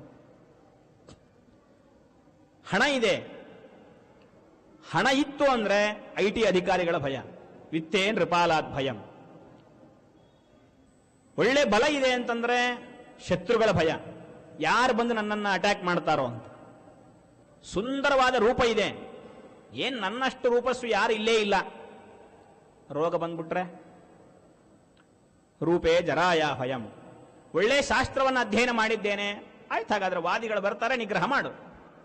ಶಾಸ್ತ್ರೇ ವಾದಿ ಭಯಂ. ಗುಣಗಳಿದೆ, ಎಲ್ಲ ಗುಣಗಳನ್ನ ನಾನು ಸಂಪಾದನೆ ಮಾಡಿ ಇಟ್ಟುಕೊಂಡಿದ್ದೇನೆ. ಸರಿ, ದುರ್ಜನ ಬಂದ ಅಂತಂದ್ರೆ ಮುಗೀತು. ಗುಣೇ ಖಲಭಯಂ. ದೇಹ, ಒಳ್ಳೆ ದೇಹ ಇದೆ, ಎಷ್ಟರವರೆಗೆ ಯಮದೇವರು ಬಂದು ಪಾಶ ಹಾಕಿದರೆ ಮುಗೀತು. ಕಾಯೇ ಕೃತಾಂತಾದ್ ಭಯಂ. ಹೀಗಾಗಿ ಒಟ್ಟಾರೆ ಎಲ್ಲ ಪದಾರ್ಥಗಳು ಭಯದಿಂದೇ ಕೂಡಿದೆ. ವೈರಾಗ್ಯಮೇವ ಭಯಂ. ಅಂತಹ ವೈರಾಗ್ಯವನ್ನು ತಾಳಬೇಕು. ಹೀಗೆ ನಶ್ವರವಾದಂತಹ ಪದಾರ್ಥಗಳಾದ್ದರಿಂದ ಈ ಪದಾರ್ಥಗಳಿಂದ ನಿನಗೆ ಎಷ್ಟು ದಿನ ಸುಖ ಸಿಗಬೇಕಾಗಿದೆ. ತದಲಂ ಬಹುಲೋಕ ವಿಚಿಂತನಯ ಪ್ರವಣಂ ಕುರುಮಾನಸ ಮೀಶಪದೇ. ಶ್ರೀಮದಾಚಾರ್ಯ ಅದೇ ಉಪದೇಶ ಮಾಡ್ತಾರೆ. ಪ್ರಹ್ಲಾದರಾಜರು ಸಪ್ತಮಸ್ಕಂದ ಭಾಗವತದಲ್ಲಿ ನರಸಿಂಹದೇವರ ಪ್ರಾದುರ್ಭಾವ ಆದ ಮೇಲೆ ಬಗೆ ಬಗೆಯಾಗಿ ಸ್ತೋತ್ರವನ್ನು ಮಾಡ್ತಾ ಒಳ್ಳೊಳ್ಳೆ ತತ್ವಗಳನ್ನು ಹೇಳ್ತಾರೆ. ಅದರಲ್ಲಿ ಈ ವಿಚಾರ ಒಂದು ಬರುತ್ತೆ.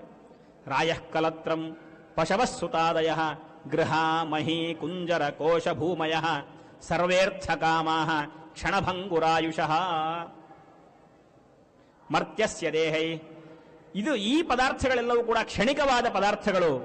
ಇಂತಹ ಕ್ಷಣಿಕವಾದ ಪದಾರ್ಥಗಳು ನಿನಗೆ ಕಿಯತ್ ಪ್ರಿಯಂಚಲಾಹ, ಎಷ್ಟು ದಿನ ಸುಖ ತಂದ್ಕೊಳ್ಳಿಕ್ಕೆ ಸಾಧ್ಯವೋ. ಹಾಗಾಗಿ ವೈರಾಗ್ಯಮೇವಾ ಭಯಂ.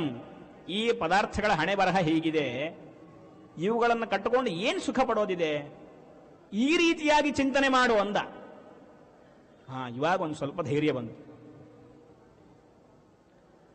ಸರಿ, ನೀನೇನು ಈ ವಿಮರ್ಶೆಯನ್ನು ತೋರಿಸ್ಕೊಟ್ಟಿ, ಈ ತರಹ ಚಿಂತನೆ ಮಾಡು ಅಂತೇನು ಹೇಳಿದೆ. ಈ ಚಿಂತನೆಯನ್ನ ನಾನು ಪ್ರತಿಯೊಂದು ಪದಾರ್ಥದಲ್ಲೂ ವಿಮರ್ಶೆ ಮಾಡ್ತಾ ಹೋಗ್ತೇನೆ. ಇವಾಗ ಯಾವುದೋ ಒಂದು ಪದಾರ್ಥ ಸಿಕ್ತು, ಇದು ನನಗೆ ಎಷ್ಟು ದಿನ ಸುಖ ಕೊಡುತ್ತೆ ಅಂತ ವಿಚಾರ ಮಾಡ್ತೇನೆ, ಅದನ್ನು ಬಿಟ್ಬಿಡ್ತೇನೆ. ಹೀಗೆ ಎಲ್ಲ ಕಡೆ ವಿಚಾರ ಮಾಡ್ತಾ ಹೋದ್ರೆ ಬೇಗ ವೈರಾಗ್ಯ ಸಿಗ್ಲಿಕ್ಕೆ ಸಾಧ್ಯವೇ ಇಲ್ಲ. ನೀನು ಮಾರ್ಗವನ್ನೇನೋ ತೋರಿಸ್ಕೊಟ್ಟೀಯ. ಈ ಮಾರ್ಗವನ್ನ ಇದು ಕೆಲವೇ ದಿನಗಳಲ್ಲಿ ನಾನು ಈ ವೈರಾಗ್ಯವನ್ನು ತಾಳಿ ಸಾಧನೆ ಮಾರ್ಗಕ್ಕೆ ಹೋಗಬೇಕು, ಅಥವಾ ನೋಡೋಣ ಇನ್ನು ಸ್ವಲ್ಪ ದಿವಸ ಆದ್ಮೇಲೆ ನೀನು ಹೇಳಿದಂತಹ ಆ ವಿಮರ್ಶಾ ಕ್ರಮ ಎಲ್ಲ ಏನಿದೆ ಆ ತರಹ ವಿಮರ್ಶೆ ಮಾಡ್ತಾ ಮಾಡ್ತಾ ಕೊನೆಗೆ ಯಾವಾಗೋ ಒಮ್ಮೆ ಬಿಟ್ಟರೆ ಆಯಿತು ಅಂತ ಹೀಗೆ ಮಾಡಿದ್ರೆ ಸಾಕಲ್ವಾ ಅಂತ ಕೇಳಿದಾಗ ಕೃಷ್ಣ ಹೇಳ್ದ, ಶಕ್ನೋತಿ ಹೈವ ಯಸ್ಸೋಢುಂ ಪ್ರಾಕ್ ಶರೀರ ವಿಮೋಕ್ಷಣಾತ್ ಕಾಮಕ್ರೋಧೋದ್ಭವಂ ವೇಗಂ ಸಯುಕ್ತ ಸ ಸುಖೀ ನರಃ. ದೇಹ ಕೆಳಗೆ ಬೀಳುವುದರೊಳಗೆ ನೀನು ಎಲ್ಲ ತರಹದ ಸಾಧನೆಗಳನ್ನು ಮಾಡಿಕೋ. ಯಾಕೆ ಯಾವಾಗ ದೇಹ ಬೀಳುತ್ತೋ ಹೇಳಲಿಕ್ಕಾಗೋದಿಲ್ಲ. ಯಾವತ್ ಸ್ವಸ್ಥಮಿದಂ ಪಿಂಡಂ ನಿರುಜಂ ಕರಣಾನ್ವಿತಂ ತಾವತ್ ಕುರುಷ್ವಾತ್ಮಹಿತಂ ಪಶ್ಚಾತ್ ತಾಪೇನ ತಪ್ಯಸೆ. ನಿನ್ನ ಕೈಕಾಲ ಗಟ್ಟಿ ಇರುವವರೆಗೇನೆ, ಅಷ್ಟರೊಳಗೇನೆ ನೀನು ಒಳ್ಳೊಳ್ಳೆ ಪದಾರ್ಥಗಳನ್ನ ಚಕ್ಲಿ ಪಿಕ್ಲಿ ತಿನ್ಬಿಡಬೇಕು, ಅದಲ್ಲ. ಸಾಧನೆಗಳನ್ನು ಮಾಡಿಕೋ, ಆಮೇಲೆ ಪಶ್ಚಾತ್ತಾಪ ಪಡ್ತೀಯ ನೀನು. ಹಾಗಾಗಿ ಕಾಮಕ್ರೋಧೋದ್ಭವಂ ವೇಗಂ, ಆ ಕಾಮಕ್ರೋಧಾದಿ ಅರಿಷಡ್ ವರ್ಗಗಳಿಂದ ಆ ವೇಗವನ್ನ ತಡೆಯುವುದೇನಿದೆ ಅದು ದೇಹ ಬೀಳೋಕ್ಕಿಂತ ಮುಂಚೆನೆ ಮಾಡ್ಕೋ. ಏನಿದ್ರು ಎಕ್ಸಾಮ್ ಹಾಲಲ್ಲಿ ಕ್ವಶನ್ ಪೇಪರ್ ಕೊಟ್ಟ ಮೇಲೆ ಅದಕ್ಕೇನು ಎಷ್ಟು ಪ್ರಶ್ನೆಗಳಿಗೆ ಉತ್ತರವನ್ನು ಬರೀತೇವೋ ಎಷ್ಟಾದರೂ ಅಡಿಷನಲ್ ಸಿಸ್ಕೋಬಹುದು. ಅಲ್ಲಿಂದ ಎದ್ದು ಬಂದ ಮೇಲೆ ನಾನೊಂದು ಕ್ವಶನ್ಗೆ ಆನ್ಸರ್ ಬಿಟ್ಟೆ ಅಂತ ನೀನು ಎಷ್ಟೇ ಹೊಡ್ಕೊಂಡ್ರೂ ಅದು ಉಪಯೋಗ ಇಲ್ಲ. ಹಾಗಿರುತ್ತೆ. ದೇಹ ಬೀಳೋದ್ರೊಳಗೇನೆ ಎಲ್ಲವನ್ನು ಆಚರಣೆ ಎಷ್ಟು ಈ ಅದನ್ನು ಹೇಳ್ತಾನೆ ಕೃಷ್ಣ. ಸ್ಮಶಾನದಲ್ಲಿ ನಿನ್ನನ್ನು ಹಾಕಿರ್ತಾರೆ, ನಿನ್ನ ಪ್ರಾಣ ದೇಹದಿಂದ ಬಿಟ್ಟು ಹೋದ ಕೂಡಲೇ ನಿನ್ನ ಹಣ ಎಲ್ಲಿ ಹೋಯಿತು? ಧನಾನಿ ಭೂಮೌ. ನೀನು ಸಾಕಿದ ಪಶುಪಕ್ಷಿಗಳೆಲ್ಲ ಪಶವಶ್ಚ ಗೋಷ್ಠೆ, ಭಾರ್ಯ ಗೃಹದ್ವಾರಿ ಸುತ ಸ್ಮಶಾನೆ, ಎಲ್ಲವೂ ಅಲ್ಲಲ್ಲೇ ಬಿಟ್ಟು ಹೋಯಿತು. ನಿನ್ನ ದೇಹ ಚಿತೆಯಲ್ಲಿ, ಕೊನೆ ತನಕ ಬರೋದು ಧರ್ಮ. ನೀನು ಸತ್ತ ಮೇಲೆ ನಿನ್ನ ದೇಹದ ಮೇಲೆ ಬಿದ್ದು ಹೊರಳಾಡುವಂತಹ ನಿನ್ನ ಹೆಂಡತಿಯ ಮೇಲೆ ಕಾಮ ಬಂತ? ನಿನ್ನ ದೇಹಕ್ಕೆ ಬೆಂಕಿ ಹಚ್ಚುವಂತಹ ನಿನ್ನ ಮಗನ ಮೇಲೆ ಸಿಟ್ಟು ಬರಬೇಕಿತ್ತಲ್ವ? ಆವಾಗ ಸಿಟ್ಟು ಬಂತ? ಆವಾಗ ಕಾಮಕ್ರೋಧಗಳು ಕೆಲಸ ಮಾಡಲಿಲ್ವಾ? ಮಾಡೋದಿಲ್ಲ. ಯಾಕೆ ಅಂದ್ರೆ ದೇಹದ ಮೇಲೆ ಅಭಿಮಾನ ಇಲ್ಲ, ಅಭಿಮಾನ ಪಡುವಂತಹ ಜೀವ ಇಲ್ಲ. ಹಾಗಿರ್ಬೇಕೀಗೂ ಅಂತಂದ ಕೃಷ್ಣ. ಅಂತಹ ಕಾಮಕ್ರೋಧಗಳನ್ನೆಲ್ಲ ಬಿಟ್ಟು ಇವಾಗೇ ಜಿತೇಂದ್ರಿಯನಾಗಿ ಇರಬೇಕು. ಯೋಂತ ಸುಖ ಅಂತರಾರಾಮ, ಒಳಗೊಳಗೆ ಸಂತೋಷ ಪಡುವುದು, ಪರಮಾತ್ಮನನ್ನು ಕಾಣುವುದು, ಈ ತರಹ ವರ್ತನೆ ಇರಬೇಕು. ಈ ಅಪರೋಕ್ಷ ಜ್ಞಾನವನ್ನು ಪಡೆದ ಮೇಲೆ ಆಗಾಗೊಮ್ಮೆ ಪರಮಾತ್ಮನ ದರ್ಶನವಾಗ್ತಾ ಇರುತ್ತೆ. ಅಂತಹ ಸುಖವನ್ನು ಪಡೆಯಬೇಕು, ಅದರಲ್ಲೇ ಆಸಕ್ತನಾಗಬೇಕು. ಹೀಗೆ ಪರಮಾತ್ಮ ಕೃಷ್ಣ ಅರ್ಜುನ ಕೇಳಿದಂತಹ ಕರ್ಮಯೋಗ ಹಾಗೂ ಸನ್ಯಾಸ ಎರಡರಲ್ಲಿ ಯಾವುದು ಶ್ರೇಷ್ಠ ಅಂತ ಕೇಳಿದ. ಕರ್ಮಯೋಗವನ್ನೇ ಶ್ರೇಷ್ಠ ಅಂತ ಹೇಳ್ದ. ಹಾಗೆ ಸನ್ಯಾಸವನ್ನು ಬಿಡೋ ಹಾಗಿಲ್ಲ, ಎರಡನ್ನೂ ಒಟ್ಟೊಟ್ಟಿಗೆ ಮಾಡ್ಕೊಂಡು ಹೋಗಬೇಕು ಅಂತ ಹೇಳಿ ಆ ಪಾರ್ಥನಿಂದ ಪ್ರಾರ್ಥಿತನಾದ ಪಾರ್ಥಸಾರಥಿ ಮುಂದಿನ ಅಧ್ಯಾಯದಲ್ಲಿ ಧ್ಯಾನದ ಬಗ್ಗೆ ಹೇಳ್ತಾನೆ. ಧ್ಯಾನವನ್ನು ಹೇಗೆ ಮಾಡಬೇಕು, ಯಾರನ್ನು ಕುರಿತು ಧ್ಯಾನ ಮಾಡಬೇಕು, ಆ ಧ್ಯಾನವನ್ನ ಆ ಪ್ರಕಾರಗಳೇನು ಎಲ್ಲವನ್ನು ಕೂಡ ಸ್ವಲ್ಪ ಇಲ್ಲೇ ರುಚಿ ತೋರಿಸ್ತಾನೆ 5ನೇ ಅಧ್ಯಾಯದಲ್ಲಿ. ಏನೇ ಸ್ಪರ್ಶಾನ್ ಕೃತ್ವಾ ಬಹಿರ್ಬಾಹ್ಯಾನ್ ಚಕ್ಷುಶ್ಚೈವಾಂತರೇ ಭ್ರುವೋ ಪ್ರಾಣಾಪಾನ ಸಮೋ ಕೃತ್ವ ನಾಸಾಭ್ಯಂತರಚಾರಿಣವು, ಎಲ್ಲ ಬಾಹ್ಯ ಪದಾರ್ಥಗಳ ಭೋಗವನ್ನ ತ್ಯಾಗ ಮಾಡಿ ನಿನ್ನ ಕಣ್ಣುಗಳನ್ನ ಮೂಗಿನ ತುದಿಗೆ ಕೇಂದ್ರೀಕರಿಸಿ ಏಕಾಗ್ರತೆಯಿಂದ ಪ್ರಾಣಾಪಾನಗಳನ್ನ ಸಮಾನವಾಗಿ ನೋಡಬೇಕು. ಅಂದ್ರೆ ಕುಂಭಕ ಸ್ಥಿತಿಯಲ್ಲಿ ಆ ಪ್ರಾಣವಾಯುವನ್ನ ತಡೆದಿಟ್ಟು ಧ್ಯಾನವನ್ನ ಮಾಡಬೇಕು. ಅವನು ನಿಜವಾಗಿಯೂ ಮುಕ್ತನಾಗ್ತಾನೆ, ತತ್ವಜ್ಞಾನವನ್ನು ಪಡೆದುಕೊಳ್ತಾನೆ. ಸರಿ, ಧ್ಯೇಯ ಯಾರು? ಯಾವ ಪರಮಾತ್ಮನ ರೂಪವನ್ನ ಧ್ಯಾನ ಮಾಡಬೇಕು ಅಂತಂದ್ರೆ ಭೋಕ್ತಾರಂ ಯಜ್ಞ ತಪಸಾಂ. ಎಲ್ಲ ಯಜ್ಞಗಳಲ್ಲಿ, ಎಲ್ಲ ತಪಸ್ಸಿಗಿಂದ ಯಾರ ಸ್ವರೂಪವನ್ನು ಪಡೆದುಕೊಳ್ಳಬೇಕಾಗಿದೆ, ಯಜ್ಞಗಳಿಂದ ಯಾರು ಇಜ್ಜನಾಗ್ತಾನೆ, ನಾವು ಮಾಡುವಂತಹ ಪೂಜೆಗಳಿಂದ ಯಾರು ಪೂಜ್ಯನಾಗ್ತಾನೆ, ಅಂತಹ ಸರ್ವಲೋಕ ಮಹೇಶ್ವರಂ, ಎಲ್ಲ ಲೋಕಗಳಿಗೆ ನಿಯಾಮಕನಾದಂತಹ ಸಹೃದಂ ಸರ್ವಭೂತಾನಾಂ, ಎಲ್ಲ ಪ್ರಾಣಿಗಳಿಗೂ ಎಲ್ಲ ಜೀವರಾಶಿಗಳಿಗೂ ಗೆಳೆಯನಾದಂತಹ ನನ್ನನ್ನ ಧ್ಯಾನ ಮಾಡಬೇಕು. ಸುಹೃತ್ ಅವನು, ಆತ್ಮ ಸುಹೃತ್. ಅದಕ್ಕೆ ಶ್ರೀಮದಾಚಾರ್ಯರು ಹೇಳುವಾಗ ಯಸ್ ಸರ್ವಗುಣ ಸಂಪೂರ್ಣ ಸರ್ವದೋಷ ವಿವರ್ಜಿತ ಪ್ರಿಯತಾಂ ಪ್ರೀತಯೇ ಬಾಲಂ ವಿಷ್ಣುರ್ಮೇ ಪರಮ ಸುಹೃತ್ ಅಂತಂದ್ರು. ಅಂತಹ ಆತ್ಮಸಖನಾದ ಆ ಪರಮಾತ್ಮನನ್ನ ಧ್ಯಾನ ಮಾಡಬೇಕು ಅಂತ ಕೃಷ್ಣ ಪರಮಾತ್ಮ ಧ್ಯಾನದ ಬಗ್ಗೆ, ಧ್ಯೇಯದ ಬಗ್ಗೆ ಒಂದು ಸ್ವಲ್ಪ ರುಚಿಯನ್ನ ಅರ್ಜುನನಿಗೆ ತೋರಿಸಿಕೊಟ್ಟ. ಈ ಸನ್ಯಾಸ ಯೋಗ, ಇದು 5ನೇ ಅಧ್ಯಾಯ. ಇಲ್ಲಿ ಕೇಳಿರುವಂತಹ ವಿಷಯಗಳು ಇವೆಲ್ಲವೂ ಕೂಡ ಕೇವಲ ಇದು ಸ್ಮಶಾನ ವೈರಾಗ್ಯ ತರಹ ಏನೋ ಆ ತಾತ್ಕಾಲಿಕವಾಗಿ ವೈರಾಗ್ಯವನ್ನು ತಂದು ಕೊಡುತ್ತೆ. ಆ ತರಹವಾಗದೇನೆ ನಿಜವಾಗಿಯೂ ನಮ್ಮ ಜೀವನದಲ್ಲಿ ಇದರ ಅನುಷ್ಠಾನ ಆಗುವಂತೆ ಪರಮಾತ್ಮ ನಿಮ್ಮೆಲ್ಲರಿಗೂ ಕೂಡ ಅನುಗ್ರಹವನ್ನು ಮಾಡಲಿ ಅಂತ ಪ್ರಾರ್ಥನೆಯನ್ನು ಮಾಡ್ತಾ, ಹರಯೇ ನಮಃ. ಶ್ರೀಕೃಷ್ಣಾರ್ಪಣಮಸ್ತು.